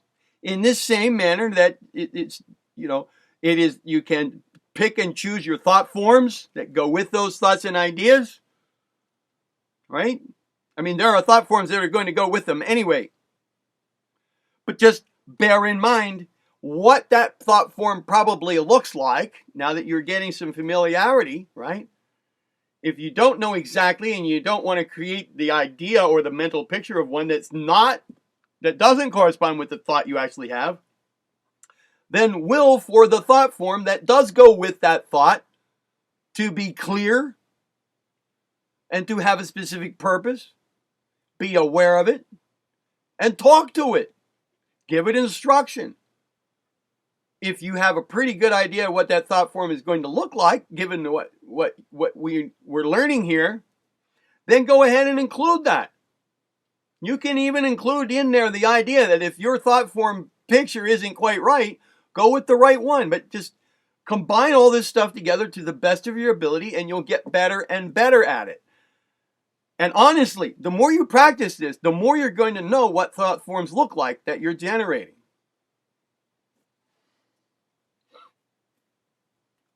Just don't let doubt bar the way. Okay? You're going to get more and more familiar with your thought forms.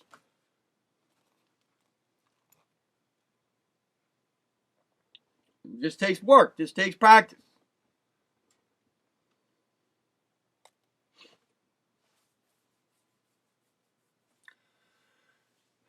Now, this thought form that's being talked about here had the loveliest pale. It was the loveliest pale azure, with a glory of white light shining through it. Something indeed to tax the skill of even the indefatigable artist who worked so hard to get them as nearly right as possible. And now we're on to a classification of thought forms that fall under intellect. Vague intellectual pleasure. We have a vague cloud, similar to those that we've talked about in the other two categories. The first one's talked about, the vague clouds, the pink vague cloud and then the blue vague cloud. Here's one, but it's yellow instead of crimson or blue because it has to do with intellect. Yellow in any of man's vehicles always indicates intellectual capacity, but its shades vary very much, and it may be complicated by the admixture of other hues. Generally speaking, it has a deeper and duller tint if the intellect is directed chiefly into lower channels, more especially if the objects are selfish. In the astral or mental body of the average man of business, it will show itself as a yellow ochre. With pure intellect devoted to the study of philosophy or mathematics, it will appear frequently to be golden. And this rises gradually to a beautiful, clear, and luminous lemon or primrose yellow when a powerful intellect is being employed absolutely unselfishly for the benefit of humanity. So take these clues here about what colors to picture. If your thoughts are along these lines that are being mentioned, let's say these higher end lines, then your thought forms will be of the colors that are being described. Therefore, you can go ahead and throw in intentional mental imagery of your thought form being that color. It adds so much more impact to it. You're strengthening it. That's one of the characteristics, that's a characteristic of thought forms, is it's, of the thought, is the strength of the thought to create the thought form. Well, if you add in strength of thought specifically about the thought form itself, you're doubling, you're increasing the effect. You're going about it with knowledge. And you're applying that knowledge. Most yellow thought forms are clearly outlined, and a vague cloud of this color is comparatively rare. It indicates intellectual pleasure, appreciation of the result of ingenuity, or the delight felt in clever workmanship. Such pleasure as the ordinary man derives from the contemplation of a picture usually depends chiefly upon the emotions of admiration, affection, or pity, which it arouses within him. Or sometimes, if it portrays a scene with which he is familiar, its charm consists in its power to awaken the memory of past joys. An artist, however, may derive from a picture a pleasure of an entirely different character, based upon his recognition of the excellence of the work itself, and of the ingenuity which has been exercised in producing certain results. You see, there's a difference. And such pure intellectual gratification shows itself in a yellow cloud, and the same effect may be produced by delight in musical ingenuity, or the subtleties of argument. A cloud of this nature betokens the entire absence of any personal emotion. For if that were present, it would inevitably tinge the yellow with its own appropriate color. And then there's one that corresponds with the intention to know. If you create these thought forms like you engage in the intention to know, and you want to know something, there's something you want to learn about, and you create a thought form, intentionally create thought forms that surround yourself with them that correspond with the intention to know, you're surrounding yourself with allies in your pursuit.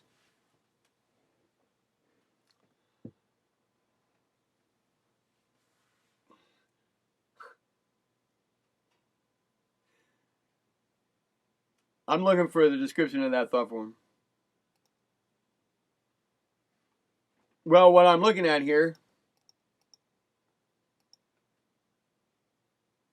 a form of this kind frequently accompanies a question, and if, as is sometimes unfortunately the case, the question is put less with the genuine desire for knowledge than for the purpose of exhibiting the acumen of the questioner, the form is strongly tinged with a deep orange that indicates conceit.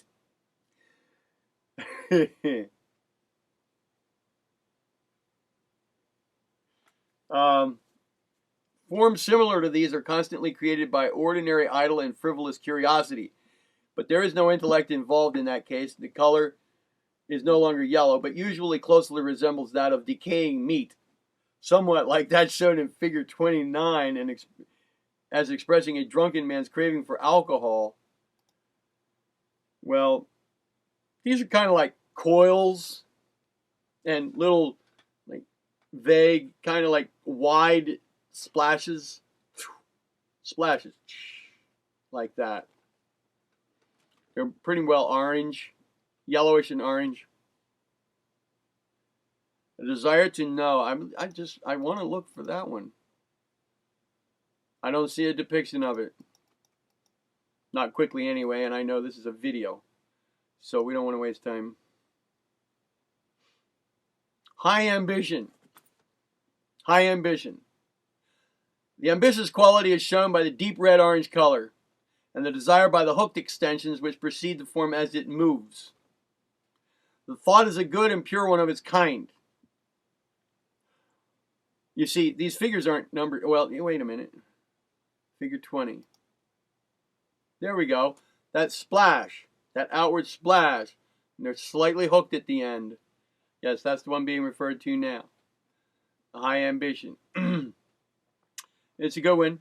It's a good thought. For if there were anything base or selfish in the desire, it would inevitably show itself in the darkening of the clear orange hue by dull reds, browns, or even grays. If this man coveted place or power, it wasn't for his own sake, not in this one, but from the conviction that he could do the work well and truly and to the advantage of his fellow men. Selfish ambition now of a lower type is represented in figure 21. Let's see what that looks like. That one's just kind of like the... No. I think there was a page missing in this copy, because I don't see that one. I'll tell you what it is, though. Selfish ambition. There is a considerable difference in the form, although it appears to possess equal definiteness of outline. It's rising steadily onward toward it's a floating form, and is strongly indicative of general acquisitiveness. It doesn't seem to be pushing itself or creeping toward any specific direction. It's just selfish ambition. Therefore, it's not projecting very far. And is strongly indicative of general acquisitiveness, the ambition to grasp for the self everything that is within sight. Murderous rage and sustained anger. Now, here we get some interesting stuff. I want you to be aware of these. We have here some very, very frightening looking thought forms in this category. They look bad, and some of them look like natural phenomena, like lightning flashing in clouds. Truly analogous to some natural displays that we might say are the gods being angry. Interesting correlations. And somebody came along and said something as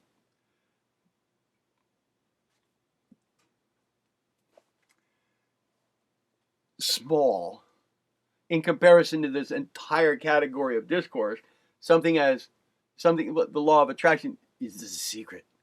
It's a secret. We just figured it out. We just learned it. Now, come on, man. This stuff has been known. That and much more has been known for a very, very long time. And it's been known quite overtly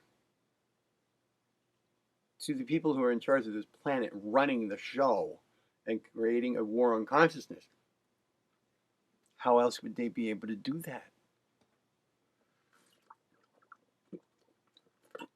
Excuse me.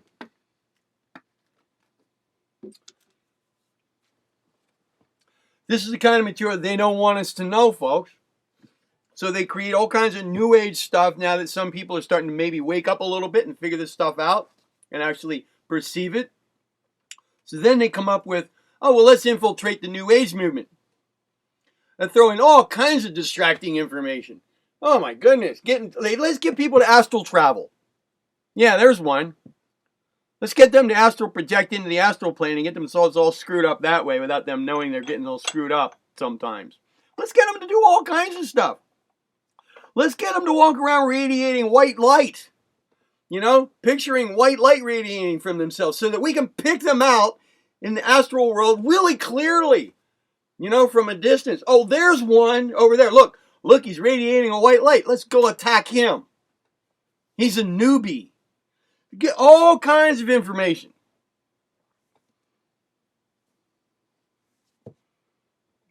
Oh my goodness. So confusing.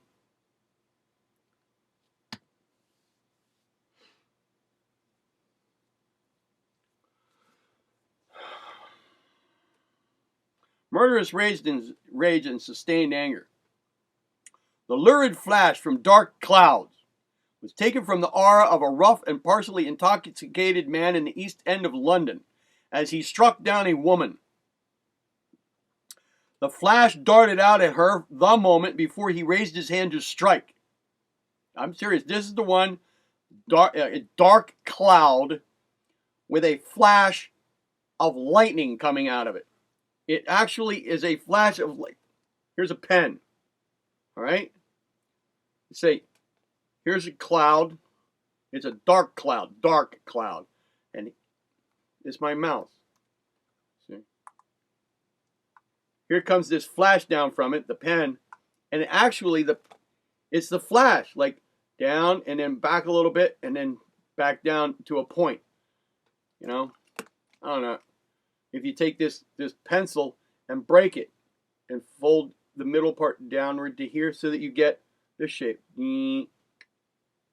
down to a point of like who is it? Thor? No, Zeus with his thunderbolt coming down out of a cloud. That's what this thought form looks like. It is exactly that. The flash darted out at her the moment before he raised his hand to strike, and it caused in her a shuddering feeling of horror.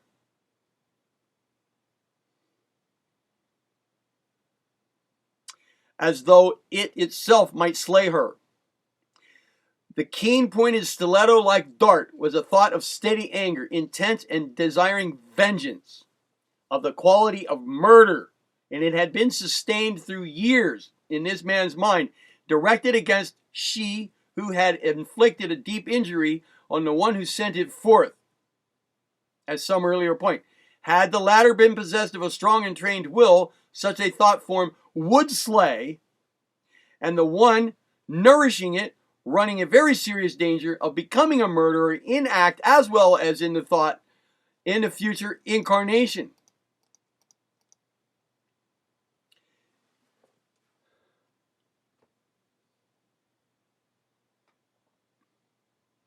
The basis of utter selfishness, out of which that thought form springs, is very characteristic and instructive. The difference in color between the two, see, there was another one. I can't see the colors though, but one is more definite. One is more filled in with color and does not come from a dark cloud. It's just a dart. The other one is the lightning flash. The difference in color between the two is worthy of note. By the way, the basis of utter selfishness, out of which the upper one, the cloud one, is very characteristic and instructive.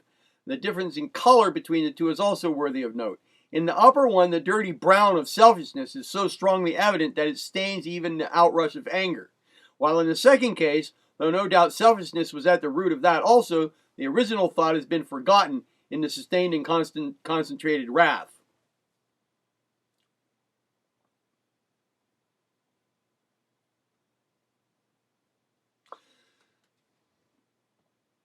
You should be able to image to yourself the condition of the astral body from which these forms are protruding. And surely the mere sight of these pictures, even without examination, should prove a powerful object lesson in the evil of yielding to the passion of anger. There's also explosive anger, and thought forms look like explosions. Then there's watchful and angry jealousy. These actually look like balls with points sticking out of them.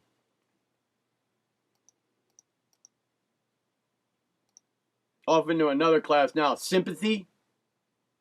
Vague sympathy, for example. We have another of the vague clouds, but this time its green color shows us that it's a manifestation of the feeling of sympathy.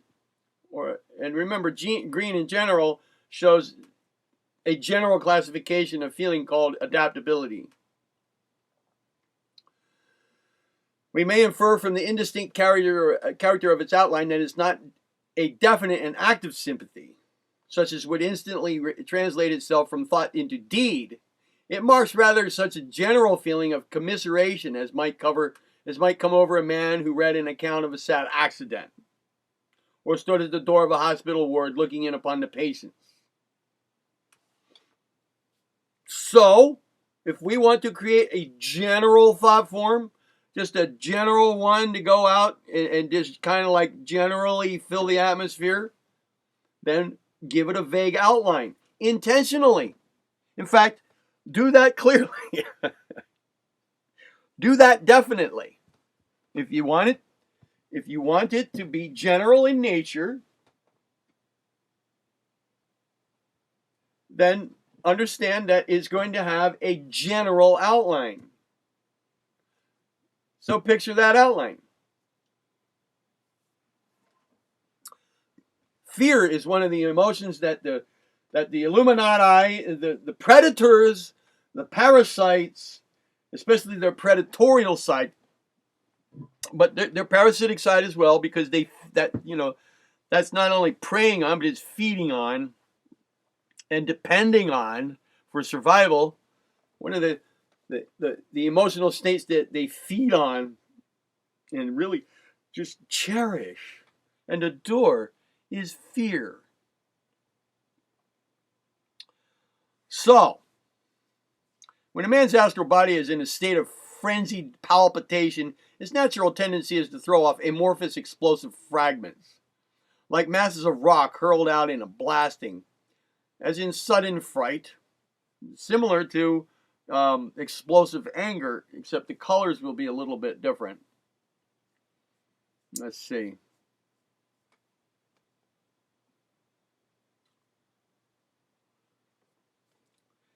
We notice an eruption of broken circles resulting from sudden annoyance, and this outrush of crescent-shaped forms to be of a somewhat same nature, though in this case there are accompanying lines of matter which even increase the explosive appearance. Okay? It's noteworthy that all the crescents to the right hand, which must obviously have been expelled earliest, show nothing of the livid gray of fear. But a moment later, the man is already partially recovering from the shock of the event, the initial event that produced these, that caused him to produce them, and beginning now to feel angry that he allowed himself to be startled. This is shown by the fact that the later crescents are lined with scarlet, evidencing the mingling of anger and fear, while the last crescent is pure scarlet, telling us that even already the fright is entirely overcome and only the annoyance remains. Now they're talking about selfish greed. Claw-like forms of this nature are very frequently to be seen converging upon a woman who wears a new dress or bonnet or some specially attractive article of jewelry. The thought form may vary in color according to the precise amount of envy or jealousy, which is mingled with the lust for possession, but an approximation to the shape indicated in our illustration will be found in all cases. I'm going to see if I can find here figure 28. Some of them are just not numbered. There's 27. Okay. 28, where is it? Ah! Kind of looks like a squid with hooked tentacles. Hooked. I mean, actually hooked. Hooked. Here I have a paper clip that I bent into the shape earlier.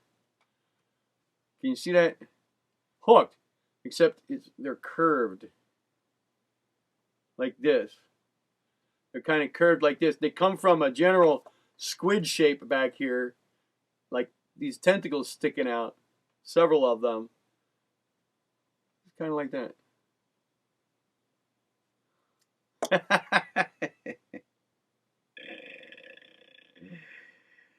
Reaching out and grabbing. Reach out and touch someone. Some jewelry. Not infrequently, people gathered in front of a shop window may be seen producing astral cravings through the glass. Now here's an interesting one. At a shipwreck, a variety of emotions. At a shipwreck, very serious is the panic, which has occasioned the very interesting group of thought forms which are depicted in figure 30. Now think of this. Coming up here, you know, we've got events going on in the world right now, folks, that involve panic.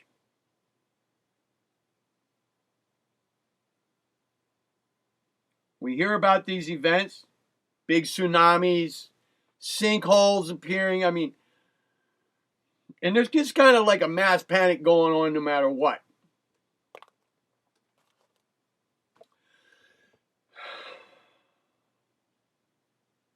Let's see what the thought forms look like that are associated with the panic at a shipwreck.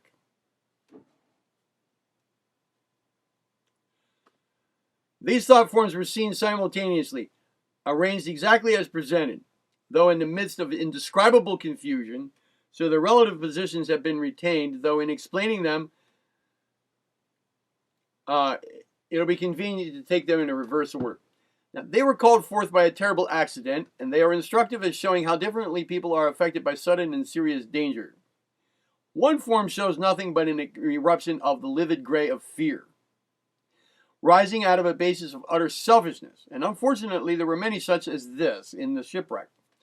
The shattered appearance of the thought form shows the violence and the completeness of the explosion, which in turn indicates that the whole soul of that person was possessed with blind, frantic terror, and that the overpowering sense of personal danger excluded for the time, every higher feeling. An explosion of livid gray. Let's see if I can find it. Yeah, it's already been described to the best of my ability anyway. The second form represents at least an attempt at self-control and shows the attitude adopted by a person having a certain amount of religious feeling, in fact. The thinker is seeking solace in prayer at the moment and endeavoring in this way to overcome her fear. This is indicated by the point of grayish blue, which lifts itself hesitatingly upwards. The color shows, however, that the effort is but partially successful. And we see also from the lower part of the thought form, with its irregular outline and its falling fragments, that there is in reality almost as much fright here as in the other case, the earlier case. But at least this woman has had the presence of mind enough to remember that she ought to pray, and is trying to imagine that she is not afraid as she does it. Whereas in the other case, there was absolutely no thought beyond selfish terror. The one retains still some semblance of humanity and some possibility of regaining self-control. The other has for the time cast aside all remnants of decency and is an abject slave to overwhelming emotion. A very striking contrast to the humiliating weakness shown in these two forms is the splendid strength and decision of the third. It's more like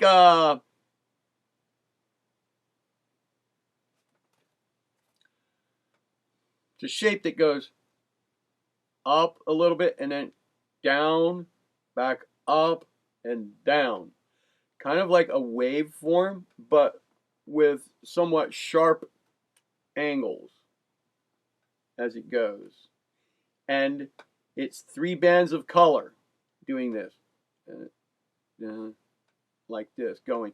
The middle one is orange, the 2 outer are gray. The outline, the overall outline, is kind of sharp but jagged. All right, here's the description. A very striking contrast to the humiliating weakness shown in these first 2 forms is the splendid strength and decision of the third, the one I just described. Here we have no amorphous mass with quivering lines and explosive fragments, but a powerful, clear-cut, and definite thought, obviously full of force and resolution. For this is the thought of the officer in charge, the man responsible for the lives and the safety of the passengers, and he rises to the emergency in a most satisfactory manner. It does not even occur to him to feel the least shadow of fear. Now, perhaps what I thought was gray on the outline, the 2 outer bands of color in the 3-color pattern, I said the middle one was orange and then the outer 2 are gray.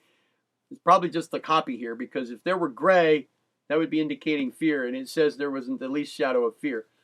So probably the coloring in print here is off. Like I was saying earlier, I can't really see the colors very well here.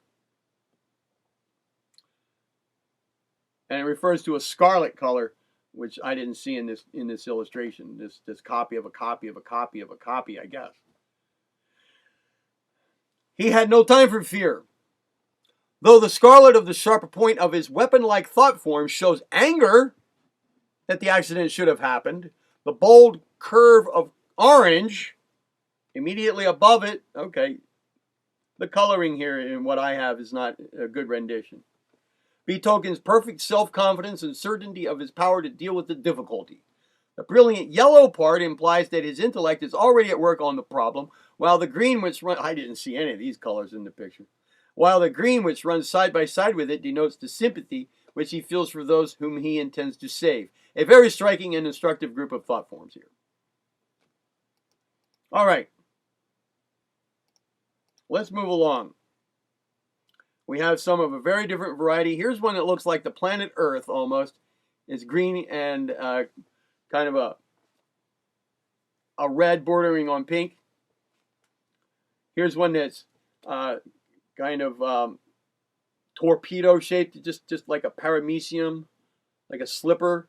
It's a green in the center and then outlined by a kind of like a bright crimson, almost to the point of fuchsia. We're talking about being at a street accident here and so forth. Now, I want to get to some material here that's going to be useful for us. Here's information about on meeting a friend, thought forms on meeting a friend. Some of these are becoming very colorful now. Very colorful, definite, clear shapes, interesting shapes. Some of them, sympathy and love for all. Hitherto, we have been dealing chiefly with forms which are expression of emotion, or of such thought as is aroused within the mind by external circumstances. Now let's consider some caused by thoughts that arise from within. Forms generated during, let's say, meditation. Each being the effect produced by a conscious effort on the part of the thinker to form a certain conception or to put himself into a certain attitude. These will be useful to us. Naturally, such thoughts are definite, for the man who trains himself in this way learns how to think with clearness and precision. Now, you create thought forms like this, putting as much clarity and precision into them and giving them this purpose and following whatever descriptions are given here. Create these thought forms. I mean, at least create the pictures of them in your mind and endow these pictures with some vitality, okay, with desire force and with, well, the mental image itself. Create the thought form. Intend to create that thought form and give it the purpose of surrounding you, staying with you, to help you be more like it, to help you increase those qualities.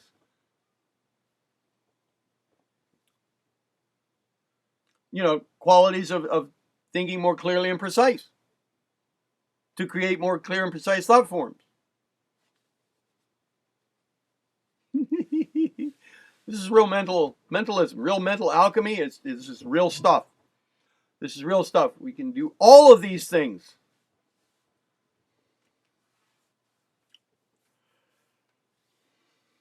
The development of this power in this direction shows itself in the beauty and regularity of the shapes produced. In this case, we have the result of an endeavor on the part of the thinker to put himself into the attitude of sympathy and love towards all mankind. And thus we have a series of graceful lines of luminous green, the luminous green of sympathy, with the strong roseate glow, of affection shining out between them. The lines are still The lines are still sufficiently broad and wide apart to be easily drawn. But in some of the higher examples of thought forms of this type, the lines are so fine and so close that no human hand can represent them as they really are. More toward the spirograph nature that I was telling you about earlier on, much earlier on. The outline of this thought form is that of a leaf, actually. Here, yet its shape and the curve of its lines are more suggestive of a certain kind of shell. So that this is another example of the approximation to forms seen in physical nature. There's one being described here now that they call an aspiration to enfold all. Now, right now I'm looking at that leaf-shaped one. It really is truly leaf-shaped, and it has shell-like lines going through it. They're a very light color, the lines, and a fuchsia color for the main body of the thought form. Now here we have also, I'm getting into the more spirograph looking ones. I wish you could see them. They're very difficult to explain and describe. You might be able to find images such as that if you look up spirograph drawings on YouTube maybe. I don't know. There might be such images depicted.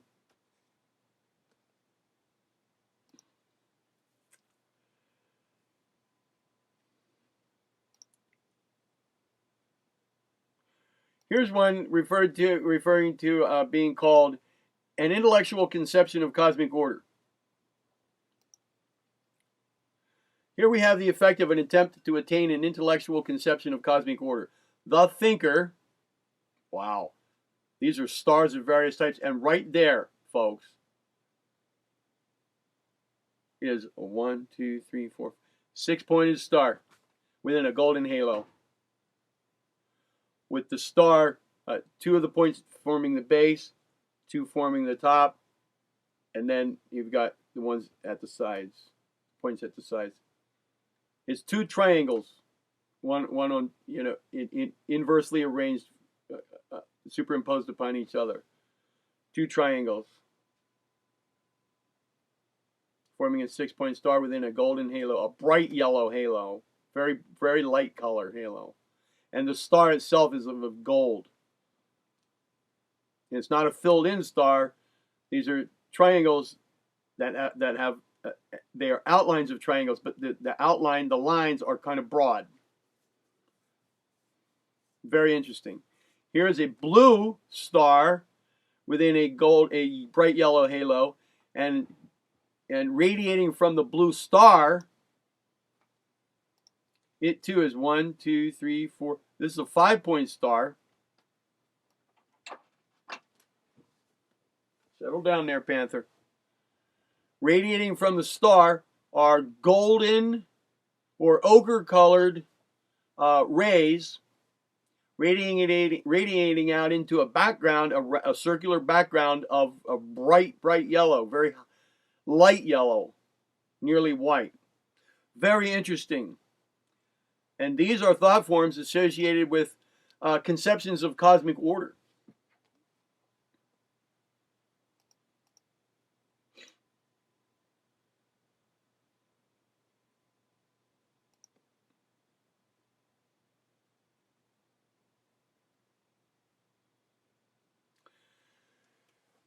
The logos pervading all. Next three figures are devoted to the effort to represent a thought of a very high type, and endeavor to think of the logos as pervading all nature. It's impossible to give a full reproduction here of such Panther, settle down,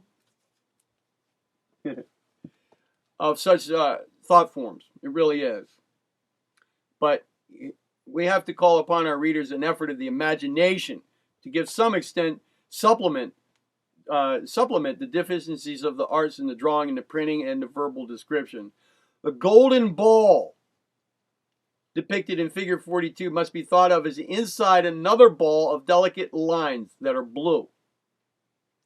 Any effort to place the colors in such intimate juxtaposition on the physical plane simply results in producing a green blur, so that the whole character of the thought form is lost. This is one of those images that like I said, if you have ever seen any of the creations done with what was called a spirograph, or what is called a spirograph, if they still exist, that's the kind of thing we're talking about here, these lines. So what we have is a golden ball inside another ball of delicate lines that are blue in color. It is only by means of a machine or some kind of an instrument that it is possible to represent the grace and the delicacy of such lines. As before, a single line produces all the wonderful tracery of the entire illustration of this thought form. And the effect of, never mind, wow, these things are really beautiful. Most of these are circular in overall shape, but they are made of these lines that go around and around and form patterns in the display. Just amazing. They truly look like the creations done with a spirograph. I'm going to have to go find one of those. Okay. And then we have further things that, sevenfold manifestation, intellectual aspiration. Some of these have wing-like features involving bluish colors, very light colors.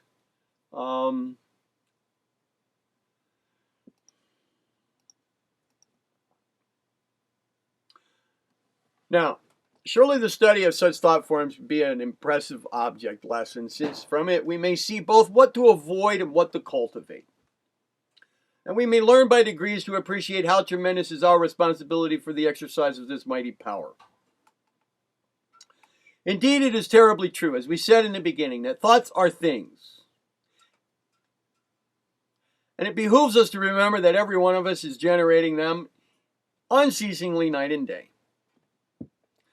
Now see how great is the happiness this knowledge brings to us, and how gloriously we can utilize it when we know of someone in sorrow or in suffering. Often circumstances arise which prevent us from giving physical help either by word or deed, however much we may desire to do so, but there is no case in which help by thought may not be given, and no case in which it can fail to produce a definite result. It may often happen that at the moment our friend may be too entirely occupied with his own suffering, or perhaps too much excited to receive and accept any suggestion from without. But presently a time comes when our thought form will work its way into, penetrate, and discharge itself, and then assuredly our sympathy will produce its due result. It is indeed true that the responsibility of using such a power is great. Yet we shouldn't shrink from our duty on that account, no. It is sadly true that there are many men who are unconsciously using their thought power chiefly for evil. Yet this only makes it all the more necessary that those of us who are beginning to understand life a little should use it consciously and use it for good. We have at our command a never-failing criterion. We can never misuse this mighty power of thought if we employ it always in unison with the great divine scheme of evolution and for the uplifting of our fellow man.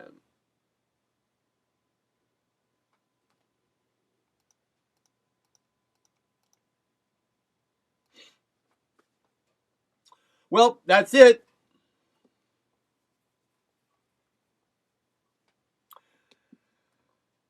I don't have anything more to add, so that's the end of this video. Please make comments, ask questions. I'd be happy to respond. I'm Theron Q. Ramacharaka, and I hope that this has been one enormously helpful video. Thank you.